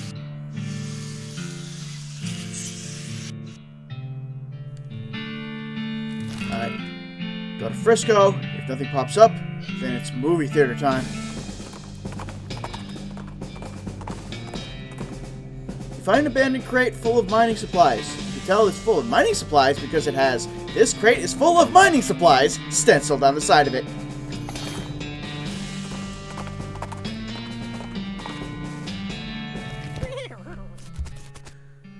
Okay.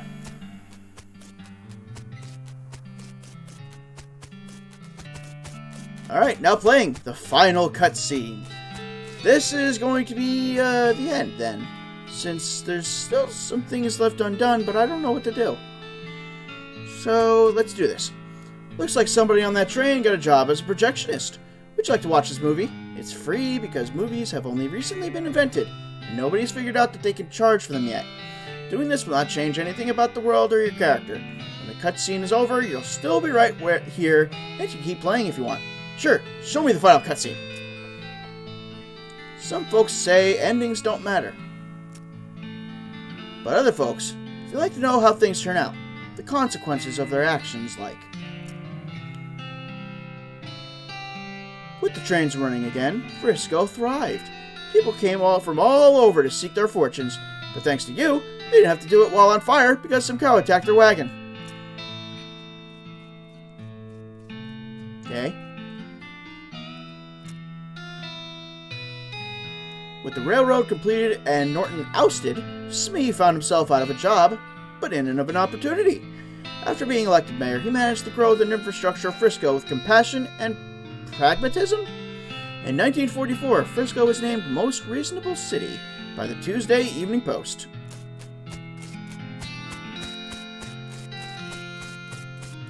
Good job, Smee. And man, you don't look a day younger, or day older. After you got settled in, Gary climbed to the top of the tallest building in Frisco and shot spores every which way. They say his descendants still roam the West to this day. Look at all the Garys! Oh, what have I done? What have I done to this poor city? Thanks to you, Gun Manor reopened and delighted tourists for centuries. The residual positive psychic energy created by the ghosts you helped leaked into the local water supply. In the decades to come, the businesses that sprang up near the manor were characterized by their environmentally friendly policies and charitable giving.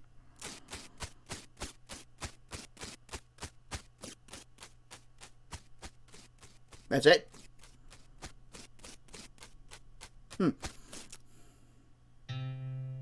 After she finished getting the bakery boys up and running, Louise moved to Frisco and opened her own shop specializing in artisanal breads and pies. Unfortunately, after some unknown vandal kept breaking in at night and destroying all the pies, she had to switch to a breads-only business model. Hey, she's still making money though. She got her business going. Shame about not being able to make pies. Kurtz left the fort and set up shop in Frisco. His fitness group skyrocketed in popularity. The growth was entirely due to word of mouth, because the first rule of Kurt's Fit is that you cannot stop talking about Kurt's Fit. Kurtz till it hurts.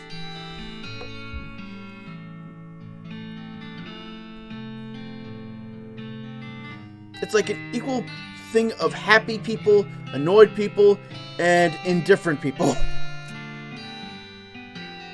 With your help, the professor gained enough knowledge about El Vibrato technology to start building his own. He opened a very successful consumer technology store in Frisco, and for decades, people spent all their time staring at little computers in their hands instead of talking to one another. Oh shoot, I just involved Apple into this game now, didn't I? Sorry. I'm sorry. The musicians he sent to Dirtwater formed a band called Paralife. They were popular with Frisco college kids once a college opened in Frisco.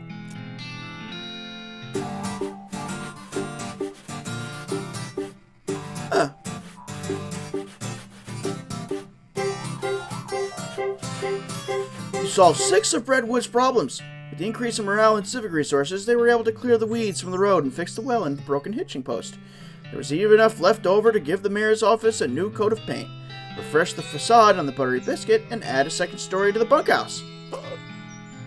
Unfortunately, the horse is still drunk. Place looks a lot better, though.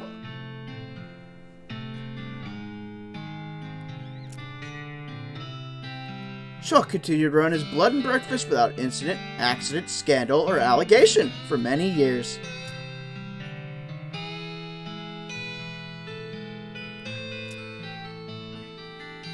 You won 4 of the reenactment scenarios at Fort Memoriam. They still talk about you. Remember when the white fella came through here? Yeah, he was really, really good this game. Do you have any more root beer?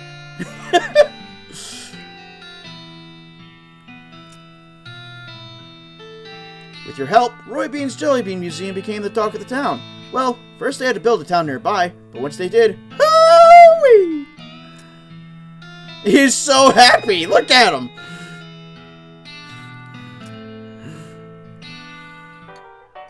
Dirtwater became, relatively speaking, a thriving metropolis. Thanks to your efforts as a commerce ambassador and all-around helpful stranger, the once sleepy town became a shining oasis in a barren land. Every man, woman, and child in the town knew your name. They even put up a little plaque with your name on it. In your old room at the Jewel. Oh dear, that guy's seen some stuff.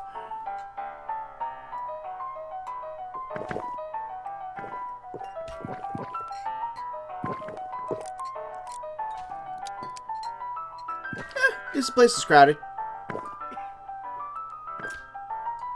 As for you, after your adventure, you settled in Frisco and bought a very long, very narrow house. You filled it with souvenirs of your exploits and started an antique hat rack collection. When you left home, you told Rufus you wanted to help people. Over the course of your adventure, you helped 58 people. You weren't whistling Dixie when you declared your intentions. If you had been Catholic, they definitely would have sainted you if you had asked. But you wouldn't have asked, because you wouldn't want to be in any trouble.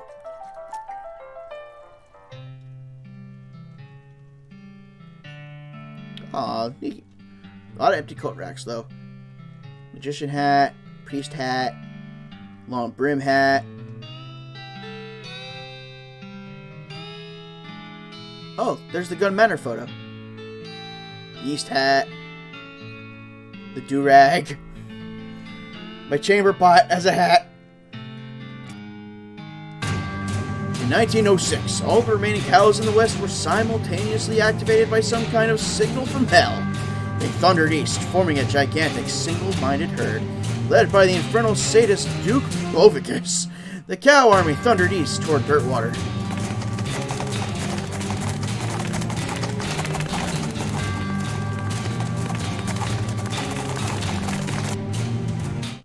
Fortunately, a gang of rodeo clowns swept in at the last minute and slaughtered the herd just before it reached Dirtwater.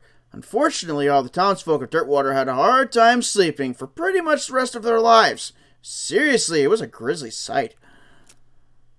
420 years later, deep beneath the ground, ancient machines silently stopped doing the thing they were built to do. It's probably fine. You knew everybody you knew were dead by then, and most of humanity has moved to space. Still, though, it's a shame about the planet. There were some cool bars there. Aw. Yeah, I couldn't find this. Where the heck was this?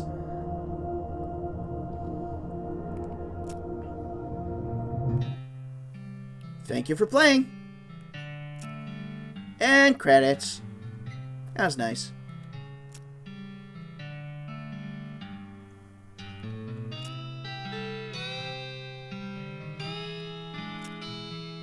To everyone who helped make the Nintendo Switch port happen. And everyone else at Nintendo too. Nice. All of our families and friends that we've missed so very much these past few years. Everyone who played the demo at PAX, Indiecade, etc., and gave us your feedback. Yep, I think I finished this up. A lot of beta testers. The end.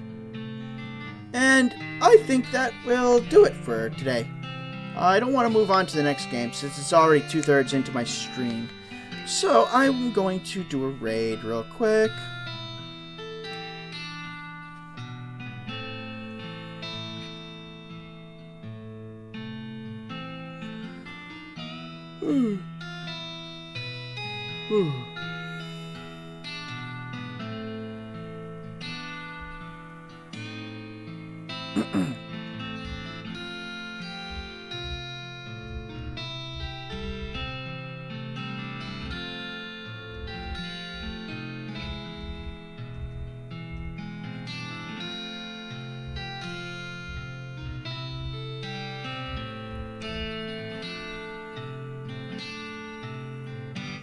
Yep, no problem, Kath. Hey, that's what my main reason for streaming is, to allow people just to chill, relax, and de-stress. So, until the next time, and me figuring out what this is probably going to be, which is probably going to be Ratchet and Clank, so I can keep doing like one game for 2 days sort of deal. I hope everyone has a good day and a good night, and I hope I see you all again soon. Alright, bye.